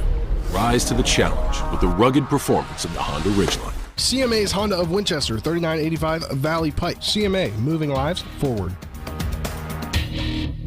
Burke, Schultz, Harmon, and Jenkinson. We're accident, injury, and disability lawyers with over 120 years combined local trial experience. When injury or illness has stopped you from working, you may be eligible for Social Security disability. Ron Harmon has been winning disability claims for over a quarter of a century. Don't hire some out-of-state firm. Ron Harmon's in Martinsburg. He will meet with you right here in our office. Get a local lawyer you can trust. Call 304-LAWYERS for a free consultation. 304-LAWYERS or 304-263-0900. We welcome you back to Hedgesville. Lane DeWater working 4 strong innings so far for the Eagles. He remains on the mound. 4 innings, 1 hit, 5 strikeouts, 44 pitches, 32 have been strikes. Wow. He's faced 14 batters through the first 4 innings. Those are like college relief pitcher numbers where you got 12 balls and 44 pitches. That's like pretty good MLB numbers. The Show. It's a great number. Yeah. I mean, it don't take nothing away from Lane DeLar, of course. In the first broadcast when they played Martinsburg, I had reiterated that, or it led into that, as his young career, one of the things that haunted him a little bit was control. He's gotten that control down, and no doubt he's pitching well with confidence and throwing the ball well at the varsity level. The other part of those 32 strikes is, Spring Mills swings the bat. There they go, first pitch swinging. First pitch swinging, a ground ball to Connor. He'll fire to first. Good stretch by Nichols for out number 1 as Harden goes down with the ground out. Yeah. I mean, it's tough to go down 0-1 to Connor, but you're down to 8 outs and you're down 4 runs, and it's probably time to play a little catch up to try to make him work some. I mean, he's on, at this rate, he could go the complete game under 70, if they don't start, working him a bit. Chenier comes to the plate, takes that first pitch, just missing on the curveball there for ball 1. 8 outs left, 7, 8, 9's up. DeLauder's in a good spot if he can get through the bottom of the lineup here. The 1-0 is popped up into right field, and getting there is Ruiz for out number 2. So Lane continues to work quickly through the Spring Mills lineup. And efficiently. Everhart coming to the plate.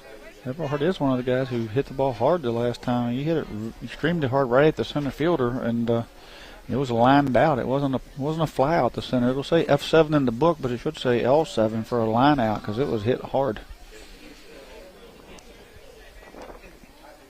Everhart coming to the plate now, and he'll take that first pitch low and outside for ball 1.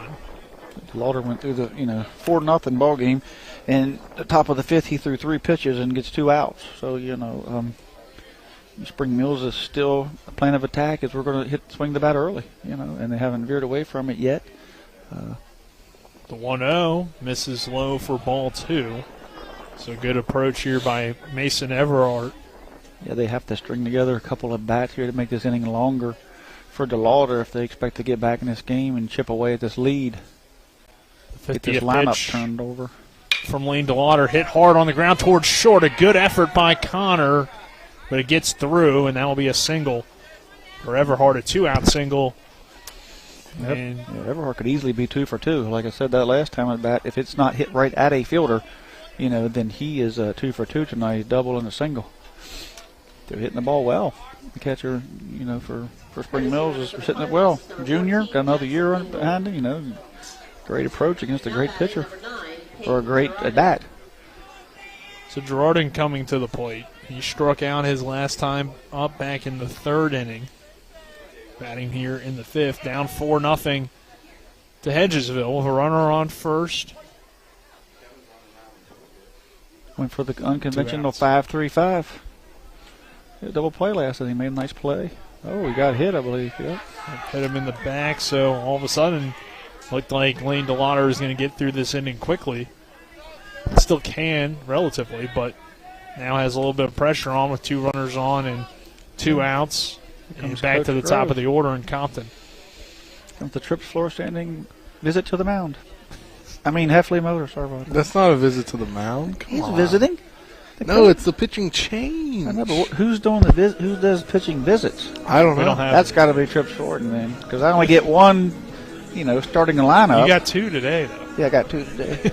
So we can make that a thing. We can do 2 every time. Yeah, you can do 1 and then the other. Okay, good. Are we on the air? Yes. Yes. I hope so, at least. Good. Now we have a problem. And Colin would not have let us know, which is another problem. That visit to the mound was brought to you by Avery the intern. Now batting number 7, Caden Compton. Oh, we got top of the lineup, so Spring Mills able to turn this over. 2 outs. It's men on first or second. Like I said, they need to do something to make this a longer inning for DeLauder. Chip away at this lead. For ball 1, Compton at the plate now for the Cardinals. He is 0 for 2 with a ground out and a fly out in his last 2 at-bats. This one misses outside for ball 2. Gets ahead of 2-0.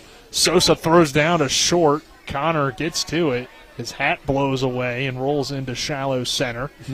I have got confirmation. Colin McLaughlin back in the studio says we are on air. That's right. So I don't think that was ever in doubt. Yeah, we knew we were on it. That throw there went back behind him. He did catch their base runner kind of hung out there, but that throw was kind of up and looked like Connor was going to chase his hat down before he caught the ball there for a second. 2-0 count, and that one fouled away, makes it 2 balls and 1 strike. Luckily for Braylon Connor, his teammate Gage Ganode chased down the hat, got to it, fielded it cleanly out there in center. Yeah, it went flying off, so that tells us the wind's blowing a little bit. A lot nicer tonight than it was at Jefferson when the wind about blew us off, blew the camera over. And yeah, it was a rough night there. The audio was terrible. That one hit in towards short, and Connor makes the play on the run in shallow left for out number 3. The Cardinals strand 2. Lane DeLauder works his way out of the inning, and we're headed to the bottom of the 5th. Hedgesville 4, Spring Mills nothing. This is West Virginia High School Baseball on Talk Radio WRNR and TV 10. We're back at 60.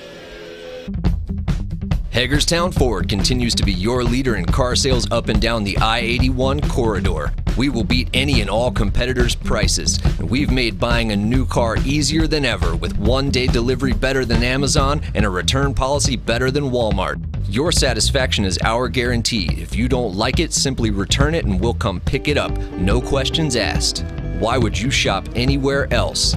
At Hagerstown Ford, we take great pride in our community and supporting our local student athletes. That's why Hagerstown Ford is the official car dealership of Shepherd Rams quarterback Tyson Bagent. Our remote buying process has made new car shopping so easy, you'll never even set foot in a dealership. Simply go to HagerstownFord.com and click on the car you want to buy it, or use the Axle Auto app. It's that easy. You can order your new car on any device. Go to HagerstownFord.com and get your new car signed, sealed, and delivered from Hagerstown Ford. Welcome back to Hedgesville High School. Spring Mills, they did right there at the end. They were able to get the lineup turned over. That's a plus, considering, they've kind of gone down quickly and then got 2 outs quickly. So, to string together a couple of bats there, is a plus. Of course, they'd like to have gotten a base hit there, out their number 1 guy, and scored a run or so there, but didn't happen. But at least they forced DeLauder to throw some pitches. I mean, looking at what he's looking at going into the 6th, with the top of the 6th, with right at 50-some pitches. I mean, that's phenomenal. Bottom of the 5th inning. 4-0 lead for Hedgesville. Nick Verzolini, Trip Tobin, Spencer Dupuis here on the call. Avery Newport on camera this evening. And Colin McLaughlin back in the studio. 4-0 lead for Hedgesville. Jackson Ruest at the plate, takes the first pitch for a strike. Now lays down the bunt and fouls that one away. So no 2 count here on Ruest. These lefties for Hedgesville are certainly a threat to drag the ball, push it down the third baseline. It's in their arsenal. They do have speed. Jackson running up down the basketball court, plays on the football team, so there's athleticism and speed there. So if he gets it down that line with the third baseman back, it's a base hit. The 0-2 misses outside for ball 1. 1-2 count on Jackson Ruest. Herndon still working for Spring Mills. 4 innings, 3 hits, 4 runs, but only 1 earned. And that one shot foul down the third baseline. 3 walks, 3 strikeouts. And a little bit over 70 pitches. This next one will be pitch number 75. The inning with the 2 walks, ended up with the 4 runs. There were some errors involved in that. But those walks, they just beat you in tight games. The rest sends this one towards second. Harding scoops it up off the dirt and fires the first for out number 1. Nice play. I think Harding, he's a freshman as well, isn't he? Sophomore, sorry about that, Aiden Harding, but not a lot of varsity experience. Ball hit hard by a left-hander there, played it well, and a nice throw over. So, he didn't quite get that double play ball there an inning or so ago, but rebounds nicely here, makes a nice play.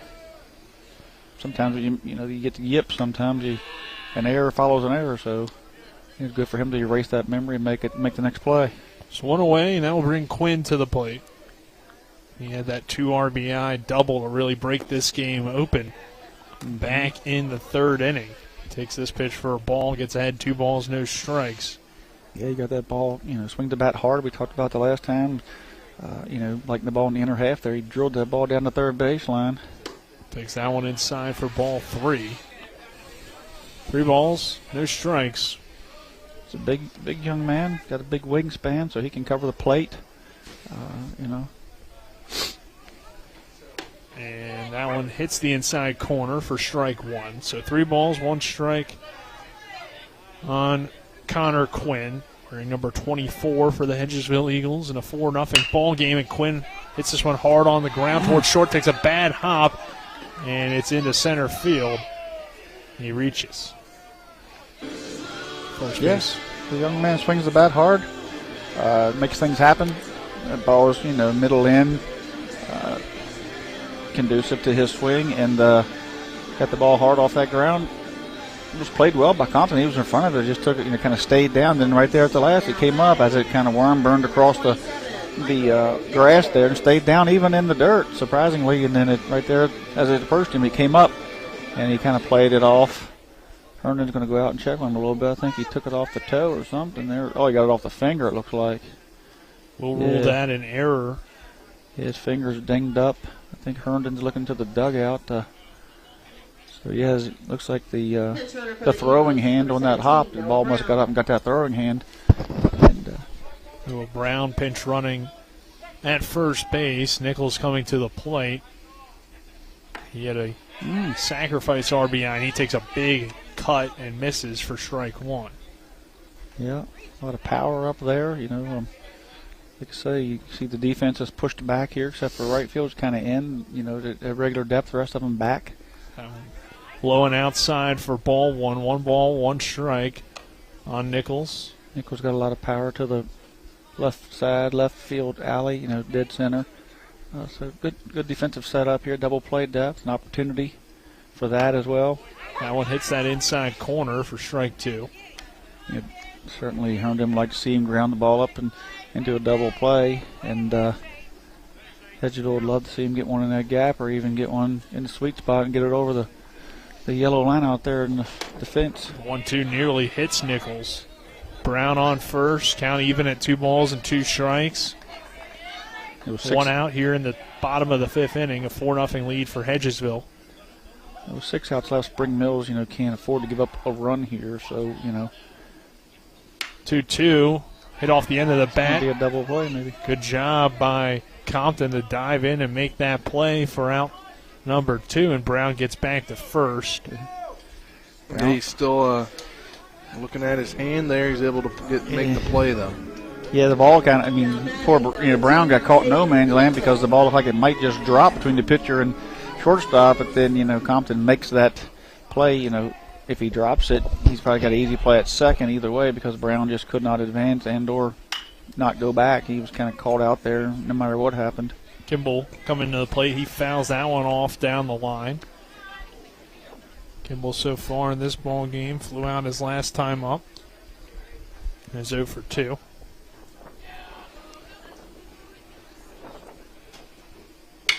And he now pops that one up into shallow right field. Overrun. Tough play to make on the run. Chenier gets there for out number 3. The deficit remains 4. We're headed to the 6th inning. Hedgesville 4, Spring Mills nothing. This is West Virginia High School Baseball on Talk Radio, WRNR, and TV 10.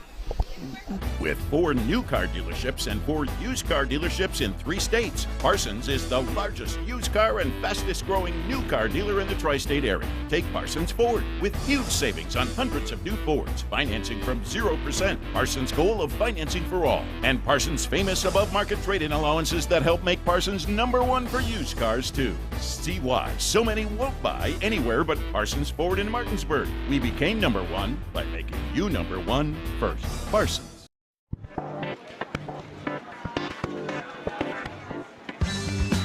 Laura. Hey, Laura. What's with the sunglasses? Ouch! The word is spreading. Bechtel Jewelers is home to some dangerously brilliant diamonds. See the difference at Bechtel Jewelers in Inwood. Sunglasses not included. We welcome you back. 6th inning, just about ready to get started. Hedgesville leading Spring Mills 4-0. Here at Hedgesville High School, Lane DeLauder on the mound for the Eagles. Potentially going to go a complete game today. And only throwing 55 pitches so far, 37 have been strikes. As he faces what will be his 20th batter. 5 innings of work, 2 hits allowed, 5 strikeouts for DeLauder. That's one thing that's cut down a little bit. Spring Mills isn't striking out as much recently, but taking a lot or swinging on a lot of first pitches, and the defense has played well behind DeLauder, and not a whole lot of great contact on the Spring Mills side of things. Yeah, he started off striking out, some batters, which that gets your pitch count up a little bit, but throwing to contact keeps your pitch count down. So went back, he's throwing the ball across the plate. Spring Mills is swinging the bat, so it's here they are in the 2, 3, 4 spot here in the bottom of the 6. You certainly have to, get some things started here, get a couple runs, get the lineup turned over if you expect to come out with a W if you're Spring Mills. DeLauder, if he can get through this, inning and facing the 2, 3, 4, maybe possibly the 5, that'll leave him with the bottom of the lineup for the 7th and a lot of pitches. So, it's a very crucial inning. It's only the 6th, but it's probably the inning that's going to tell the tale of the game at this point. Cover swings and misses, or swings and fouls it away for strike 1. Takes that one outside for ball 1. So 1-1 count. Yes, Spring Mills has to certainly extend this inning, and try to crack the nut that is, Lane DeLauder this evening. DeLauder kicks and deals on the 1-1 pitch and misses high. Or was it foul? Might have been off the bat. I couldn't tell if it did hit the bat or not. Looks like a foul ball. They are saying a foul ball. So 1 ball, 2 strikes. Kind of both of those fouls have been pitches that it looked like Cover kind of wanted to hold back on. But he could be easily 3-0 right now. The 1-2 misses outside. If he was 3-0, he would have been on first base, but a 2-2 count now. Yeah, and that's where they have to be smart, and that's where, youth and experience is, being down 4-0 to not swing at bad pitches here. You have to be, patient and make DeLauder come to you. Try to get into a pitcher's count. DeLauder knows that this inning certainly is an inning that if he can get through, that he can get the complete game shutout, facing the bottom more than likely. But, here he is at 3-2. And this is a big at bat if they can put someone on here. Chase Herndon coming to the plate to face DeLauder. DeLauder delivers the 3-2. Takes a bad bounce, and it's over the head of Nichols, and cover reaches first base. Yeah. Nichols lost it. Good job by French to be there for backup to prevent that ball potentially rolling further down that line. It's going to be an error on Nichols because you can't not give it to him, but it's a tough error to take because the ball, bouncing. It took a big bounce up, into his chest kind of throat area there, and he just kind of brought his glove up and just carried it with him, and the ball kind of flipped off and just right behind him at first. But just a tough play, but that's what happens when you put the ball in play. Things happen. So, despite some questionable swings by Cover, he's able to work his way on first base. With no outs, lead runner gets on, and one of your better hitters and overall players in the lineup, Chase Herndon, coming to the plate. Herndon is 0 for 2, but has hit some hard hit balls, and there Lane DeLauder made a great play. Throws to second. Connor, is he on the bag? They're going to say he's safe down there at second. Yeah. I guess they're saying that the ball hit the ground and Connor couldn't haul it in time. Umpire Buck Hoffmaster out there in the B, and the ball's hit right back to DeLauder. He's in between DeLauder and the second and the shortstop. As the shortstop takes the throw took, Braden Connor back to the left field side, so he didn't lead him. At that point, he had to dive back, and then, the umpire was looking to see if he was on the bag, if he was controlling the baseball. It took him a couple, 2-3 seconds to make the call. He didn't make a bang call, and at that point, he called him safe after taking a good look at it. That one hit back to DeLauder, same situation, but he checked the runner instead of going to second and then fires to first for out number 1. Now you got runners on third and second. And a situation there on that previous play before that one where Lane DeLauder probably really wants that one back because that was a double play. Yeah, it was. If he puts that right on Braylon Connor and allows him to step into it and fire to first. Well, even then, the play before at first, those are just a couple wacky plays. At that time, he said, "The heck with it, I'm just getting the out at first." He gets the strike there on the outside corner to get ahead of Seitz, 0-1. First call of the night is somewhat questionable. He's a little bit out, but... Yeah, you heard from the Hedgesville fans. The 0-1 pitch, Seitz fouls that one away, so he finds himself down, no balls and 2 strikes. So far, Seitz in the game is 0 for 2 as well. A little break here. Musselman's winning 4-3 in the middle of the third. They're actually the home team, so they still got a bat in the bottom, or they're batting in the bottom of the third.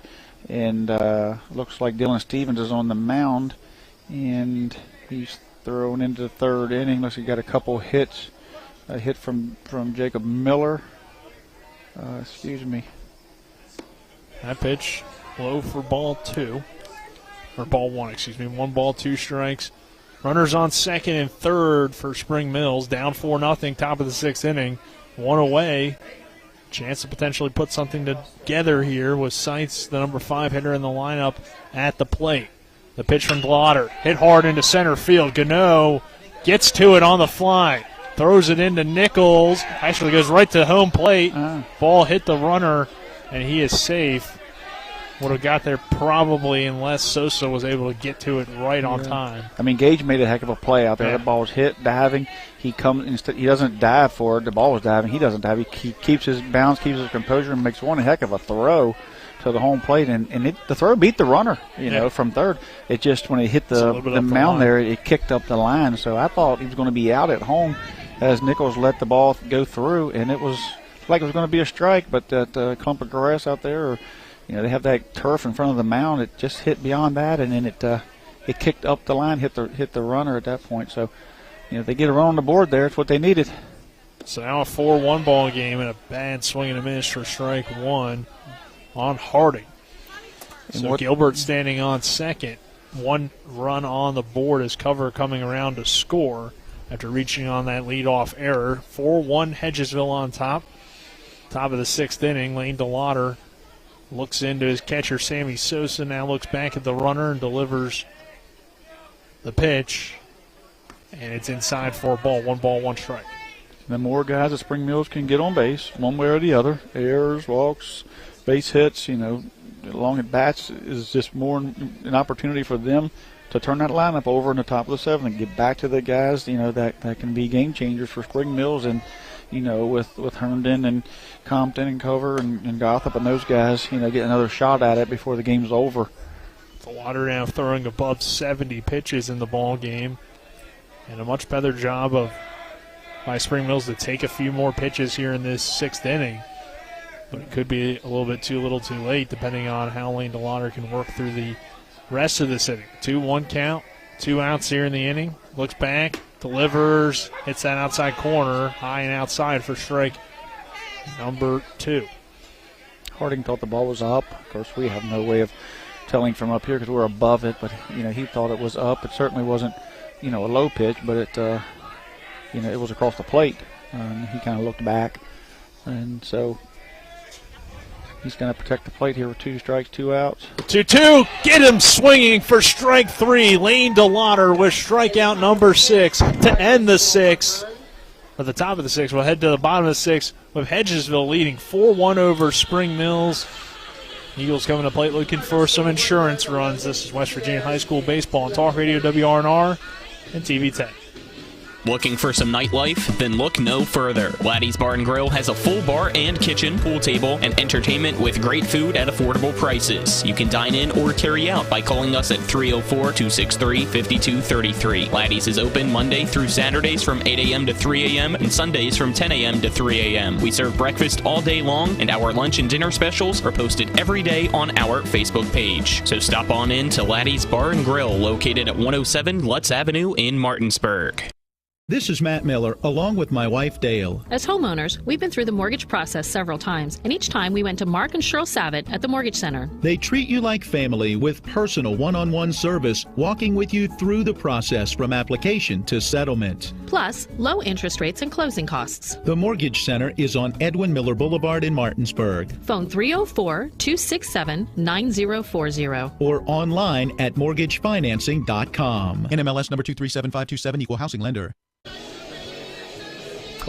We welcome you back to Hedgesville. Cardinals trailing Hedgesville 4-1 in the 6th inning. Now bottom of the 6th inning. Eagles coming to the plate. Now batting number 7, Trenton Canerium. Canerium, French, Gano due up here. The 6, 7, 8 hitters for Hedgesville. And remaining on the mound is Herndon. 5 innings of work so far for him. 3 hits, 4 runs, 1 earned, 3 walks, 3 strikeouts, and a big swing and a miss for Nerium to lead off this inning. Yeah, Hedgesville can put a run or 2 on the board here. You can put this thing away. They got a 3-run lead, and they're going to face Spring Mills at 7, 8, 9 when he comes back in with Lane DeLauder still on the mound. Nobody's warming either bullpen. It looks like both these guys are, going the distance. Canarium pops this one up behind first. Trouble. And caught in foul territory by Gotham behind first base. Yeah, right along the line there. Tough spot. Really tough. You missed it. It could be in play. Yeah, it would almost. Yeah, I believe it would have been fair had it hit come on in. Kind of came back over in play. Yeah, Gotham was definitely in foul by 3 or 4 feet. Then he had long, lanky body, reached back over, crossed kind of into foul territory by the line and made a play. So good, tough play there. One of the toughest in baseball, believe it or not. Now French swings and misses for strike 1 on him. So Nerium is retired. 0 for 3 for the ball game. French 0 for 1 with a run scored and a walk. Takes that one high for ball 1. 1 ball, 1 strike on Chris French, the Eagles' second baseman and the number 7 hitter in the lineup, or 7 hitter. And that one popped up by French. Behind the bag at second, and coming actually all the way over from short to really second baseman position is Compton to make the play for out number 2. It's reminiscent of Kelly Leak and the Bad News Bears, isn't it? We're just, must told Caden to take it all. He went clean over into the second base spot there, and shortstop certainly has, pop fly priority. So, when it went up, it, jokingly we say that, but when it went up, it kind of went up on right by the second base. It kept floating, so Compton just tracked it all the way, but he did end up almost in the second baseman's position there. Gage Gano coming to the plate, and he takes that one for strike 1. Gano has had a big impact on the game, even though he's 0 for 1 with a walk, but his long at bat seemed to be what got Hedgesville going offensively as he takes some chin music inside for ball 1. Yeah, as we've seen in the Jefferson, Washington game, the long at bat from Colin Reed, and you heard me say that the longer the at bat, the advantage to the hitter, so the longer you can get that at bat, the advantage to the hitter, and then the advantage to the next hitter, and just the offense as a whole, because you force that pitcher to throw a lot of pitches, and pitchers don't like those long at bats. They want to throw to contact or get strike 3 and get out of there. 2-1 in there for a strike. 2 balls, 2 strikes on Gage Gano with 2 away in the inning. Hedgesville on top, 4-1 here in the bottom of the 6th inning. Herndon trying to keep his team within 3. And that one misses outside for ball 3. 3 balls, 2 strikes, full count on Gage Gano. Herndon delivers. Hits that outside corner for strike 3. Got Gano looking. Headed to the 7th. Hedgesville 4, Spring Mills 1. Can the Eagles hold on?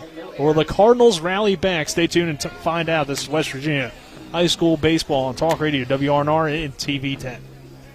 Hi, this is Rob Mario. Larry DeMarco, broker of Modern Realty Results, believes he has some of the best real estate agents in the Eastern Panhandle. Agents at Modern Realty Results have years of experience and knowledge of the local real estate market. Agents within the office work as a team to provide quality customer service. We strive to always ensure client satisfaction through handling every transaction with honesty and integrity, all while offering competitive rates. Modern Realty Results is veteran-owned and managed. Please call 304-262-4222, modernrealtyresults.com. Heffley Motor Company, serving the Eastern Panhandle for over 17 years. Known for our wide variety of vehicles at great prices, we are the area's only pre-owned Carfax Advantage dealer. Save yourself time and money. Come see us. You'll be glad you did. And don't forget our popular detailing service to keep your car looking brand new. We're proud to be your partner serving the community. You're local, we're local, why not buy local? Heffley Motor Company, a nice place to do business. We welcome you back to Hedgesville. Top of the 7th inning. Eagles 4, Spring Mills 1. And trying to rally here and keep this ball game alive. Lane DeLotta remains on the mound for the Eagles. And DeLotta has thrown a gem so far out there for Hedgesville. 6 innings, 2 hits, 1 run, 6 strikeouts, no earned. Really a good night for both pitchers. Oh, yeah, we knew it was going to be, like I said, the story we were talking about, the youth in Spring Mills and Hedgesville kind of losing Bub and coming off of a bad win, if there's such a thing. And what we forgot to talk about was these 2 pitchers, these 2 EPAC pitchers that are going to be, they're going to be hard to beat. That one hit hard up the middle and can't quite get there is Connor. So a leadoff single from the bottom of the order. The 7, 8, 9 hitters were due up. And Chenier gets that leadoff single. We talk about, we say 7, 8, 9. Generally, you think, well, that's going to be, Lane would cruise through there. But Chenier's got his second base hit of the night. You got Mason Everhart coming to the plate, who's hit the ball hard 2 times, could easily be 2 for 2. And, probably has, if anybody has Lane's number tonight, it is Mason. So they're in a good spot. Even though it is 7, 8, and 9, traditionally that would spell, the end of the game. But, the bottom of the lineup has worked for Spring Mills here. So see if they can get this thing turned over and get it back to the top and make things happen. So Everhart working to a 1-0 count after the first pitch missed outside. Mason Everhart, as Tripp mentioned, 1 for 2 on the ball game, has had some well-hit balls.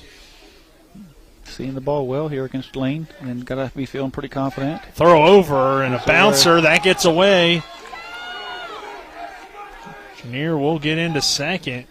Yeah. Nichols tracks it down, and I think DeLauder might have got him if it was a better throw, because Chenier did not look ready for a throw over, but doesn't appear Nichols was ready for it either, as it kind of took a bad bounce, though, as well over there at first. Yeah, and you're only up 3. You give them a free 90 feet now in scoring position up here. Yeah. It could be getting closer. And if Herndon's night, if they indeed finish the game here, 6 innings, 3 hits, 4 runs. Now a wild pitch. Sosa having issues. Chenier will stay down there at third as Nichols picks it up and hands it to his pitcher, Lane DeLauder. So things have gotten interesting here in the top of the 7th. A runner on third, no outs, and a 2-0 count on Mason Everhart, who, like we said, has seen the ball well so far tonight. Yeah, so you see Braylon Connor coming in talking to Lane. That's some leadership there coming from the young man there. He might be a lot shorter in stature than Lane, but he certainly plays big and understands the game one end at a time. Hey, we got a 3-run lead. Get the batter. Let's stop worrying these runners. Just hit your spots, do what you've been doing, and let's get out of here. 2-0 count, fouled away from Everhart. Back into the netting. And again, Everhart's 2 for 2 tonight in a 2-0 count. I get that, but certainly. Chance to force Lane to make some plays. I kind of would like to see him. Probably would have liked to see him throw a strike there, but Mason's seeing the ball well, so not going to take the bat out of his hands. 2-1 pitch, a big swing and a miss, as that one got him in the dirt swinging. So count now even at 2 balls and 2 strikes. Carone standing down there at third base. Everhart at the plate. No outs here in the 7th inning. A 3-run lead for Hedgesville. The 2-2 pitch from DeLauder popped into center field. That should score the run. Yeah, maybe more. It gets over the head of Gage Gano. Everhart is into second base with a stand-up double, and the Cardinals have cut it to a 4-2 lead here in the 7th inning. Yeah, that ball was just smoked off the bat. He's hit the ball hard 3 times, and he finally got, the payoff. He could easily be 3 for 3 with 2 doubles, getting a pinch runner here, number 14. The tying runs at the plate. You're seeing a visit from Coach Snyder here out to Lane DeLauder. He's probably going to tell him, hey, we still got this lead. And we do have someone warming up in number 13? I believe it's Yes. 13. That would be Tanner Matthew, who we saw enter that Martinsburg game and pitched pretty well. I'd be surprised if he came in, but, I would imagine if you give up another run, you really think about it. Yeah, Lane's done really well. He's threw the ball really well. Just Mason Everhart has had his number tonight, and again, we said he got the 7, 8, 9 coming, but that 7, 8, 9, especially the 7 and 8, has performed well tonight. And Gerardin got hit by the pitch last night, getting on base. If he can get on base and turn this thing over, if we don't get double play, you're going to see the likes of Herndon and Herndon and Gotham, the 2 seniors. That one in there for a strike. Before this inning ends, you'll see those 2 Gerardin, guys. If you look at the numbers, Gerardin batting .67 heading in, and Compton has struggled as well, 143 on the year, so that does favor Hedgesville here. But again, anything can happen at any given moment as Gerardin takes that one low for a ball, 1 strike. Gerardin, if he can find a way to get on base and be the tying run, there is speed there for sure in that number 9 spot here, which is one reason probably why he's there for sure. He can get on base, turn the lineup over. Hasn't happened much average-wise, but certainly the opportunity if he gets on to. Big swing, a miss for strike 2. Looked like Gerardin was fooled on that one. So runner on second, no out. It was a bad pitch to swing it, of course. Ball's up and out a little bit, but those fastballs that are up there in your eyes are hard to lay off of at that level, no doubt. 4-2 lead for Hedgesville. DeLauder looks back at the runner on second. And swing and a miss, strike 3. Lane DeLauder gets strikeout number 7. And now the Eagles are 2 outs away from victory. It won't be easy with Engel now standing on second base, and the top of the order coming to the plate. Compton is 0 for 3, but has had some balls hit into play. And now in his 4th time facing DeLauder, maybe that helps him out and he can find a gap. First pitch, popped up. Shallow right field. Ruiz gets under it, makes the play for out number 2. And Cover coming to the plate now with 2 away and a 2-run deficit. Batting number 5, Tyler Cover. Cover needs to figure out a way to get on base and give his senior leader down there, Chase Herndon, an opportunity to tie this thing up, any way at all. You kind of take till you get a strike here possibly and, force DeLauder to hopefully get you into a hitter's count where you can hit the baseball or maybe get a free base some way or another. But, I'd get up on that plate if I was him and try to, force DeLauder to throw it in a 6-inch hole. Big swing and a miss there for strike 1 on Cover.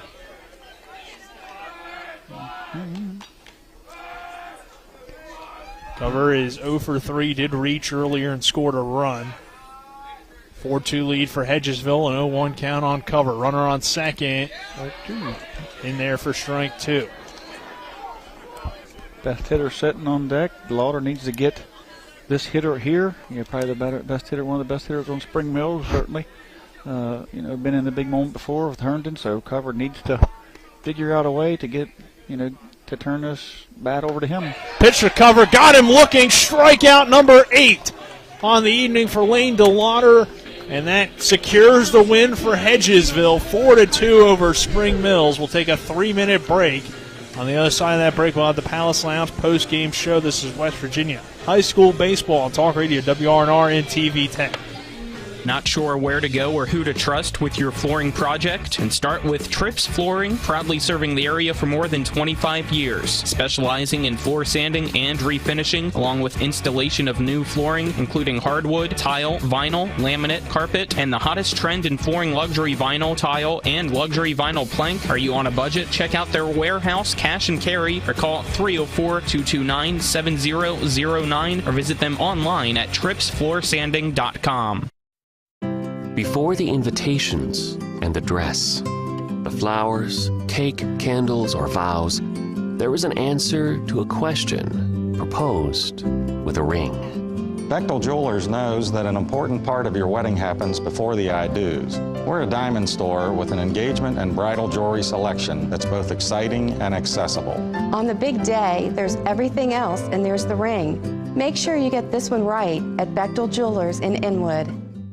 Looking for some nightlife? Then look no further. Laddie's Bar and Grill has a full bar and kitchen, pool table, and entertainment with great food at affordable prices. You can dine in or carry out by calling us at 304-263-5233. Laddie's is open Monday through Saturdays from 8 a.m. to 3 a.m. and Sundays from 10 a.m. to 3 a.m. We serve breakfast all day long, and our lunch and dinner specials are posted every day on our Facebook page. So stop on in to Laddie's Bar and Grill, located at 107 Lutz Avenue in Martinsburg.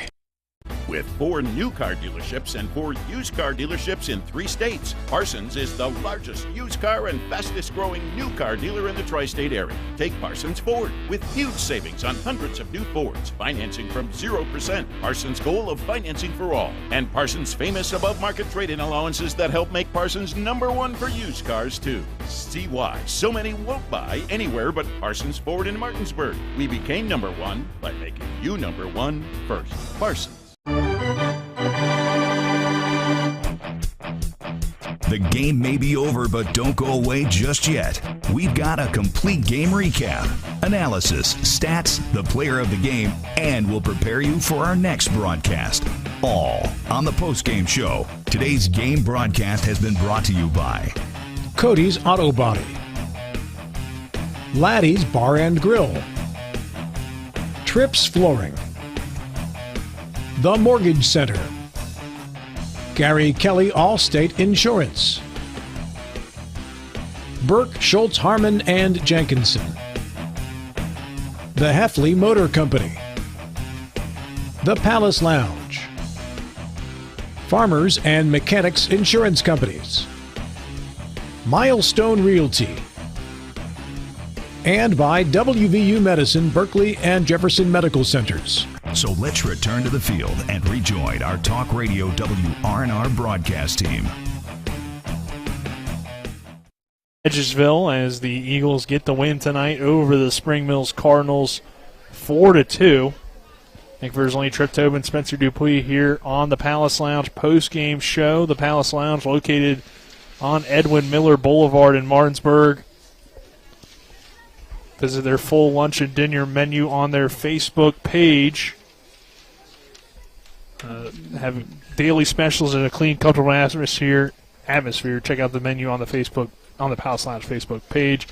And we look back at this game, Trip, and that third inning was a big moment for Hedgesville. It started with the Gage Gano walk, and then the Eagles kind of rallied around, got a 2 RBI double from Quinn, and then the sacrifice from Nichols to build them a 3-0 lead at that point, and that kind of broke this game open a little bit. And you said, Bradley said before the game, Coach Bradley Barrett said before the game, no disrespect, but Coach Barrett said before the game, that when we're never hitting on all 3 cylinders, if we're pitching well and fielding well, we're not hitting well. If we're hitting well, we're not pitching well. And tonight you've seen that. They pitched really well. He pitched well enough to win.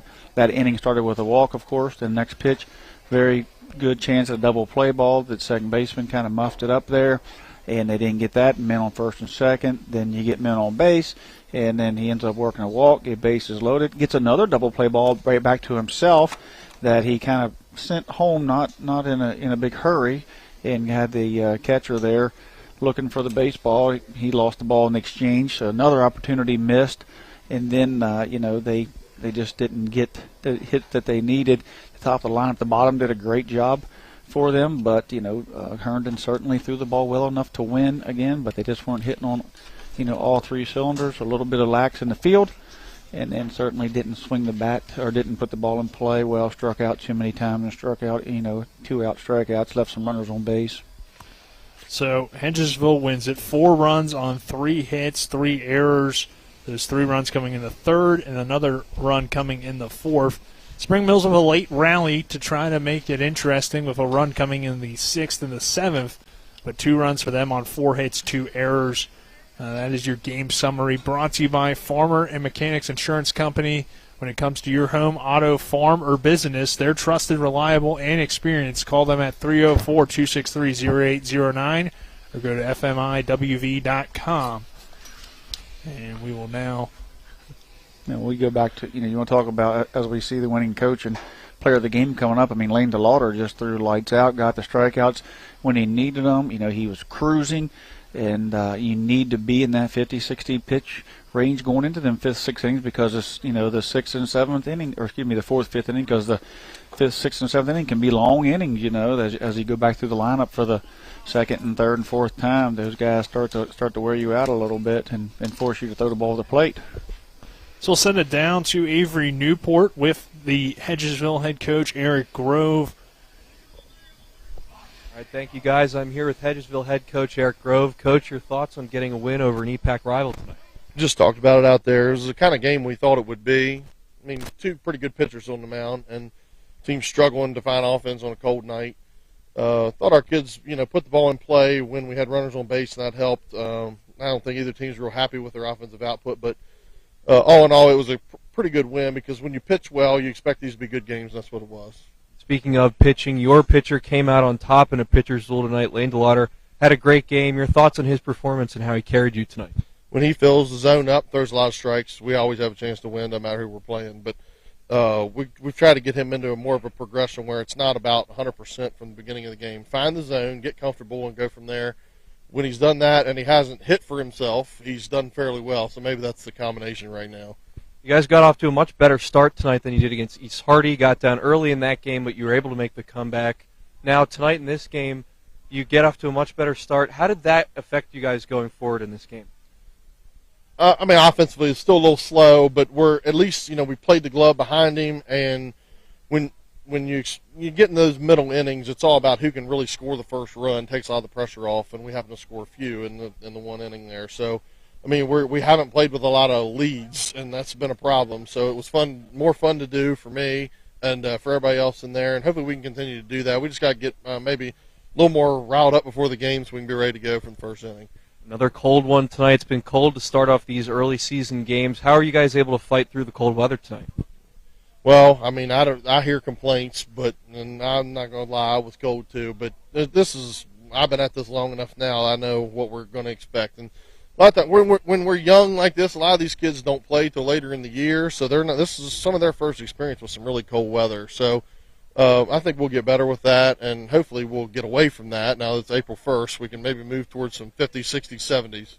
Thanks for your time, Coach. Thank you, sir. Guys, back to you. Thanks, Eric. Thank you, Avery, as Hedgesville, again, getting the win tonight 4-2 over Spring Mills. So we need to take another 3-minute break. We will do that. When we return, we'll give you the game stats. We'll kind of go over Lane DeLauder, who is our WV Medicine player of the game, and wrap things up here from Hedgesville. Again, a 3-minute break, and then we're back with more here on the Palace Lounge postgame show. Providing reliable protection since 1877, we are Farmers and Mechanic Insurance Companies. For over a century, we have been dedicated to provide dependable insurance protection and excellent customer service. We specialize in auto, home, farm, and business insurance. Our products are backed with personal, hands-on service. You can trust us to protect what matters most to you. For all of your insurance needs, there's Farmers and Mechanics Insurance Companies.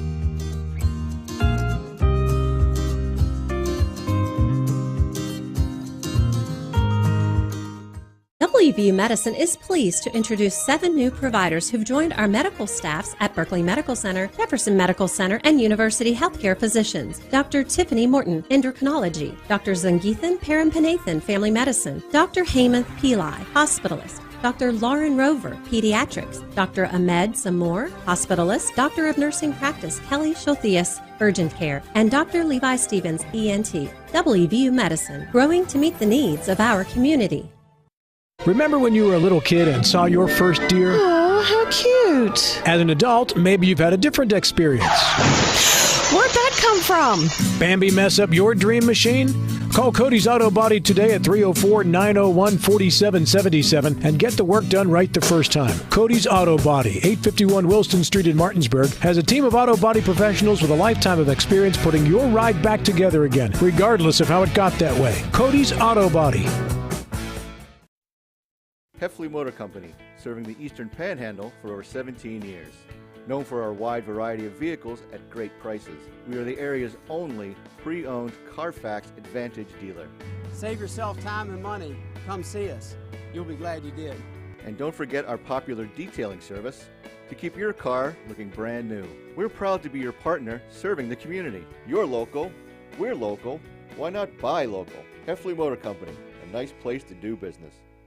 Life can get in the way these days. We all know that.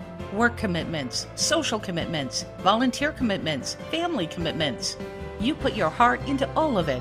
You've got enough to worry about already. Your roof shouldn't be one of those things. Everything should just work. But when your roof is in need of an upgrade, you shouldn't have to worry about that either. Modern Renovations, your 4-state roofing solution. Reminding you that home is where the heart really is. Not sure where to go or who to trust with your flooring project? And start with Trips Flooring, proudly serving the area for more than 25 years, specializing in floor sanding and refinishing, along with installation of new flooring, including hardwood, tile, vinyl, laminate, carpet, and the hottest trend in flooring, luxury vinyl tile and luxury vinyl plank. Are you on a budget? Check out their warehouse, cash and carry, or call 304-229-7009, or visit them online at tripsfloorsanding.com. Hedgesville, the Eagles get the win tonight over the Spring Mills Cardinals, 4-2 on this Friday, April 1st. McPherson, Trip Tobin, Spencer Dupuis here on the Palace Lounge postgame show. And we'll get into your game stats.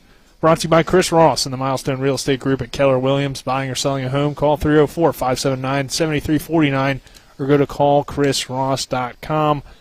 We'll start with the Eagles tonight. Braylon Connor going 0 for 2 at the plate. Jackson Ruiz 0 for 3 with a run scored. Connor also scored a run, 1 walk for him.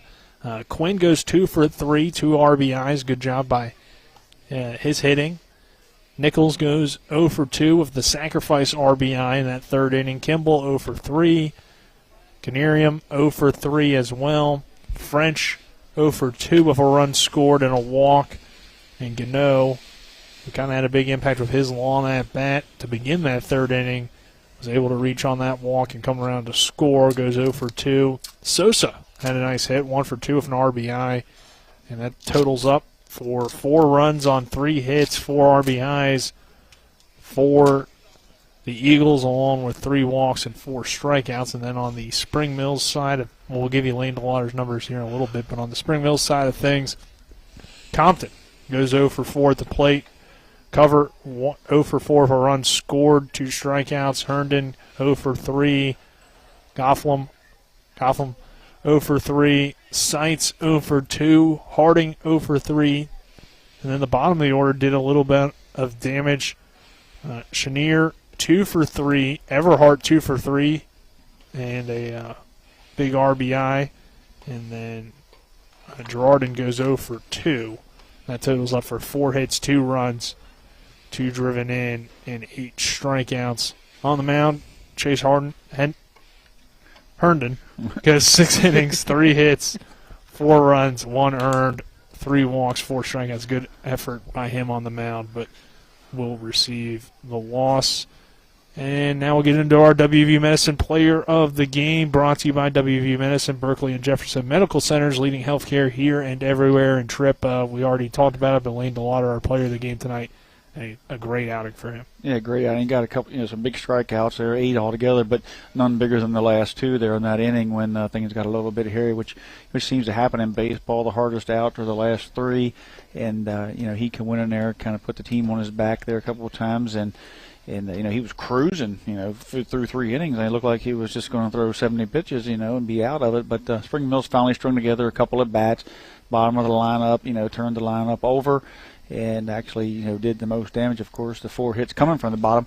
But Lane was able to put that fire out against some good hitters at the top for Spring Mills and just kept them off the base paths most of the night. And that 4-0 lead just seemed insurmountable, actually, from the booth. But Spring Mills did take a shot at it, but he stood his ground, threw a lot of strikes, filled the zone up like Coach Grove said. And when he does that, I like to hear him say down there is that he progressed, because when you have a power pitcher like Lane who's thrown the ball hard his whole life and, kind of lived off the fastball, for them to say, hey, we progressing him, to not 100% in the beginning, find his release point, find the zone, fill it up, pitch to contact, not having him hit tonight so that he can concentrate on that says, we're going to, we want him, we're going to do everything we can to give him the best opportunity, to win and our team to win and play to his strength. And so that's good to hear that they're vested in him and that they understand, him, and that means that they've taken time and worked with him, and so that's a great thing. He's a great job tonight. I mean,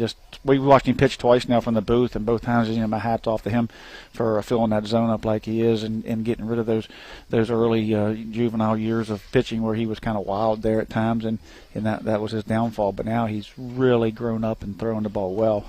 And Nick, before we go here, I want to say I think Spring Mills, they showed a lot of grit tonight, being able to come back, and I think for a team that still is winless, I think this game where they were able to get some hits there late in the ball game, able to get on base, able to score some runs, I think that helps you down the stretch of this season. Yeah, just probably were a little bit too aggressive in those middle innings, and DeLauder was kind of just cruising there at one point and really didn't have any pressure on him. But 7 innings for Lane DeLauder tonight, 4 hits, 2 runs, 1 earned, 8 strikeouts, his final line. So we'll wrap things up here from Hedgesville. Once again, the Eagles get the win tonight over the Spring Mills Cardinals 4-2 to improve to 6-2 on the season, and Spring Mills falls to 0-6. That does it for us. Colin McLaughlin is back in the studio. He'll have the Modern Realty Results post-game scoreboard show after this break. For Colin McLaughlin, Spencer Dupuis, Avery Newport, and Tripp Tobin, I'm Nick Verzolini saying so long, everyone, and have a good night. The Palace Lounge in Martinsburg has a brand new list of daily specials. Monday, stop on in for burger night or enjoy a nice juicy steak every Tuesday and Wednesday. The Palace Lounge also offers freshly steamed shrimp Thursdays and chef specials every Friday and Saturday. Sunday is all-day breakfast, and there are drink specials daily too. So come enjoy the Palace Lounge. You can find them on Facebook or call 304-267-7520. The Palace Lounge is located at 1350 Edwin Miller Boulevard. Hagerstown Ford continues to be your leader in car sales up and down the I-81 corridor. We will beat any and all competitors' prices, and we've made buying a new car easier than ever with one-day delivery better than Amazon and a return policy better than Walmart. Your satisfaction is our guarantee. If you don't like it, simply return it and we'll come pick it up. No questions asked. Why would you shop anywhere else? At Hagerstown Ford, we take great pride in our community and supporting our local student athletes. That's why Hagerstown Ford is the official car dealership of Shepherd Rams quarterback Tyson Bagent. Our remote buying process has made new car shopping so easy, you'll never even set foot in a dealership. Simply go to HagerstownFord.com and click on the car you want to buy it, or use the Axle Auto app. It's that easy. You can order your new car on any device. Go to HagerstownFord.com and get your new car signed, sealed, and delivered from Hagerstown Ford. A reputation for caring, a legacy of service.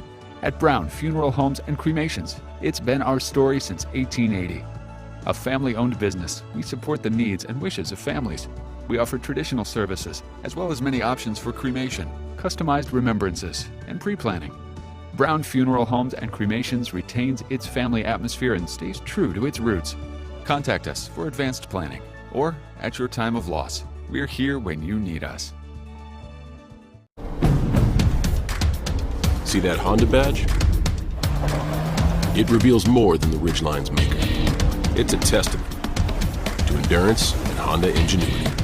So when the terrain ahead is full of challenges, brace yourself. The Honda Ridgeline is about to amaze you.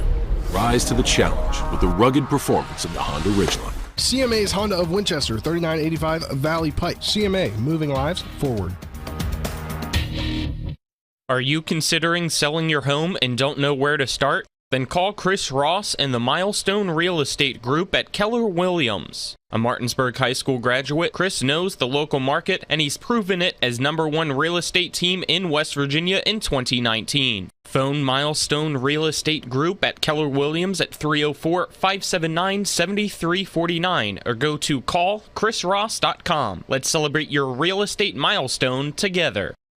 Burke, Schultz, Harmon, and Jenkinson. We're accident, injury, and disability lawyers with over 120 years combined local trial experience. When injury or illness has stopped you from working, you may be eligible for Social Security disability. Ron Harmon has been winning disability claims for over a quarter of a century. Don't hire some out-of-state firm. Ron Harmon's in Martinsburg. He will meet with you right here in our office. Get a local lawyer you can trust. Call 304-LAWYERS for a free consultation. 304-LAWYERS or 304-263-0900.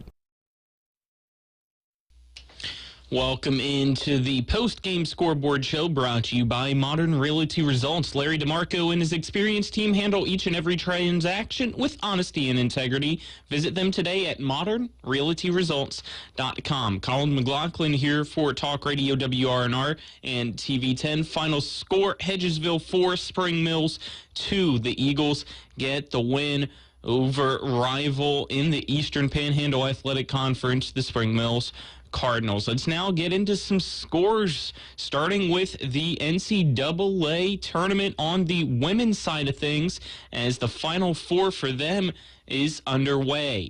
And just going final only a few minutes ago, #1 seeded South Carolina, 72, against the other 1 seed Louisville, 59. So South Carolina heads to the national championship game on Sunday, and they await the winner of the 2-seeded UConn Huskies against the 1-seeded Stanford Cardinals. That will take place at 9:30, so about 20 minutes away for the tip-off of that game.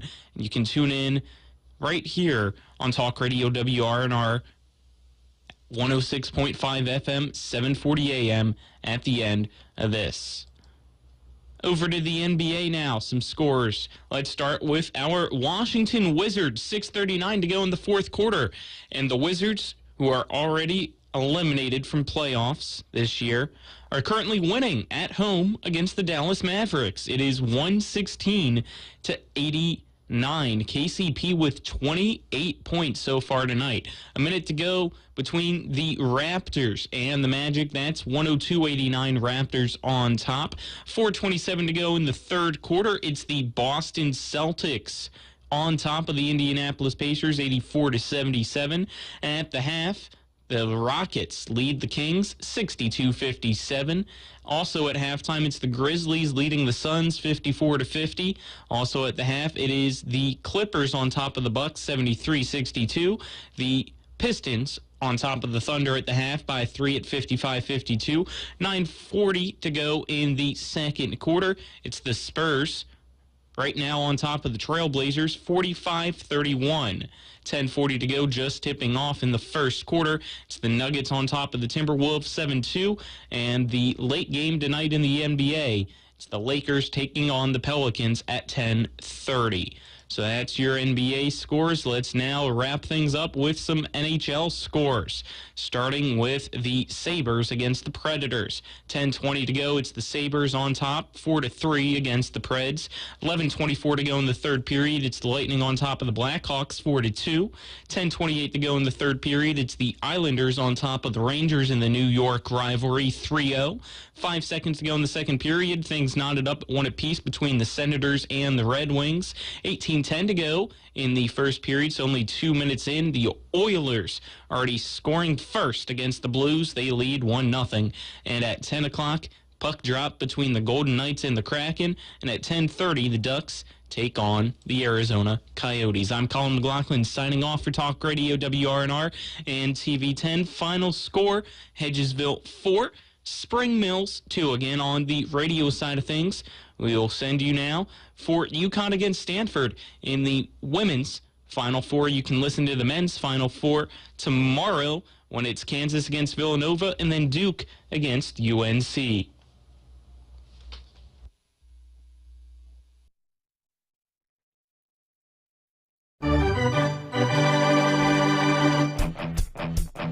You've been listening to West Virginia High School Baseball.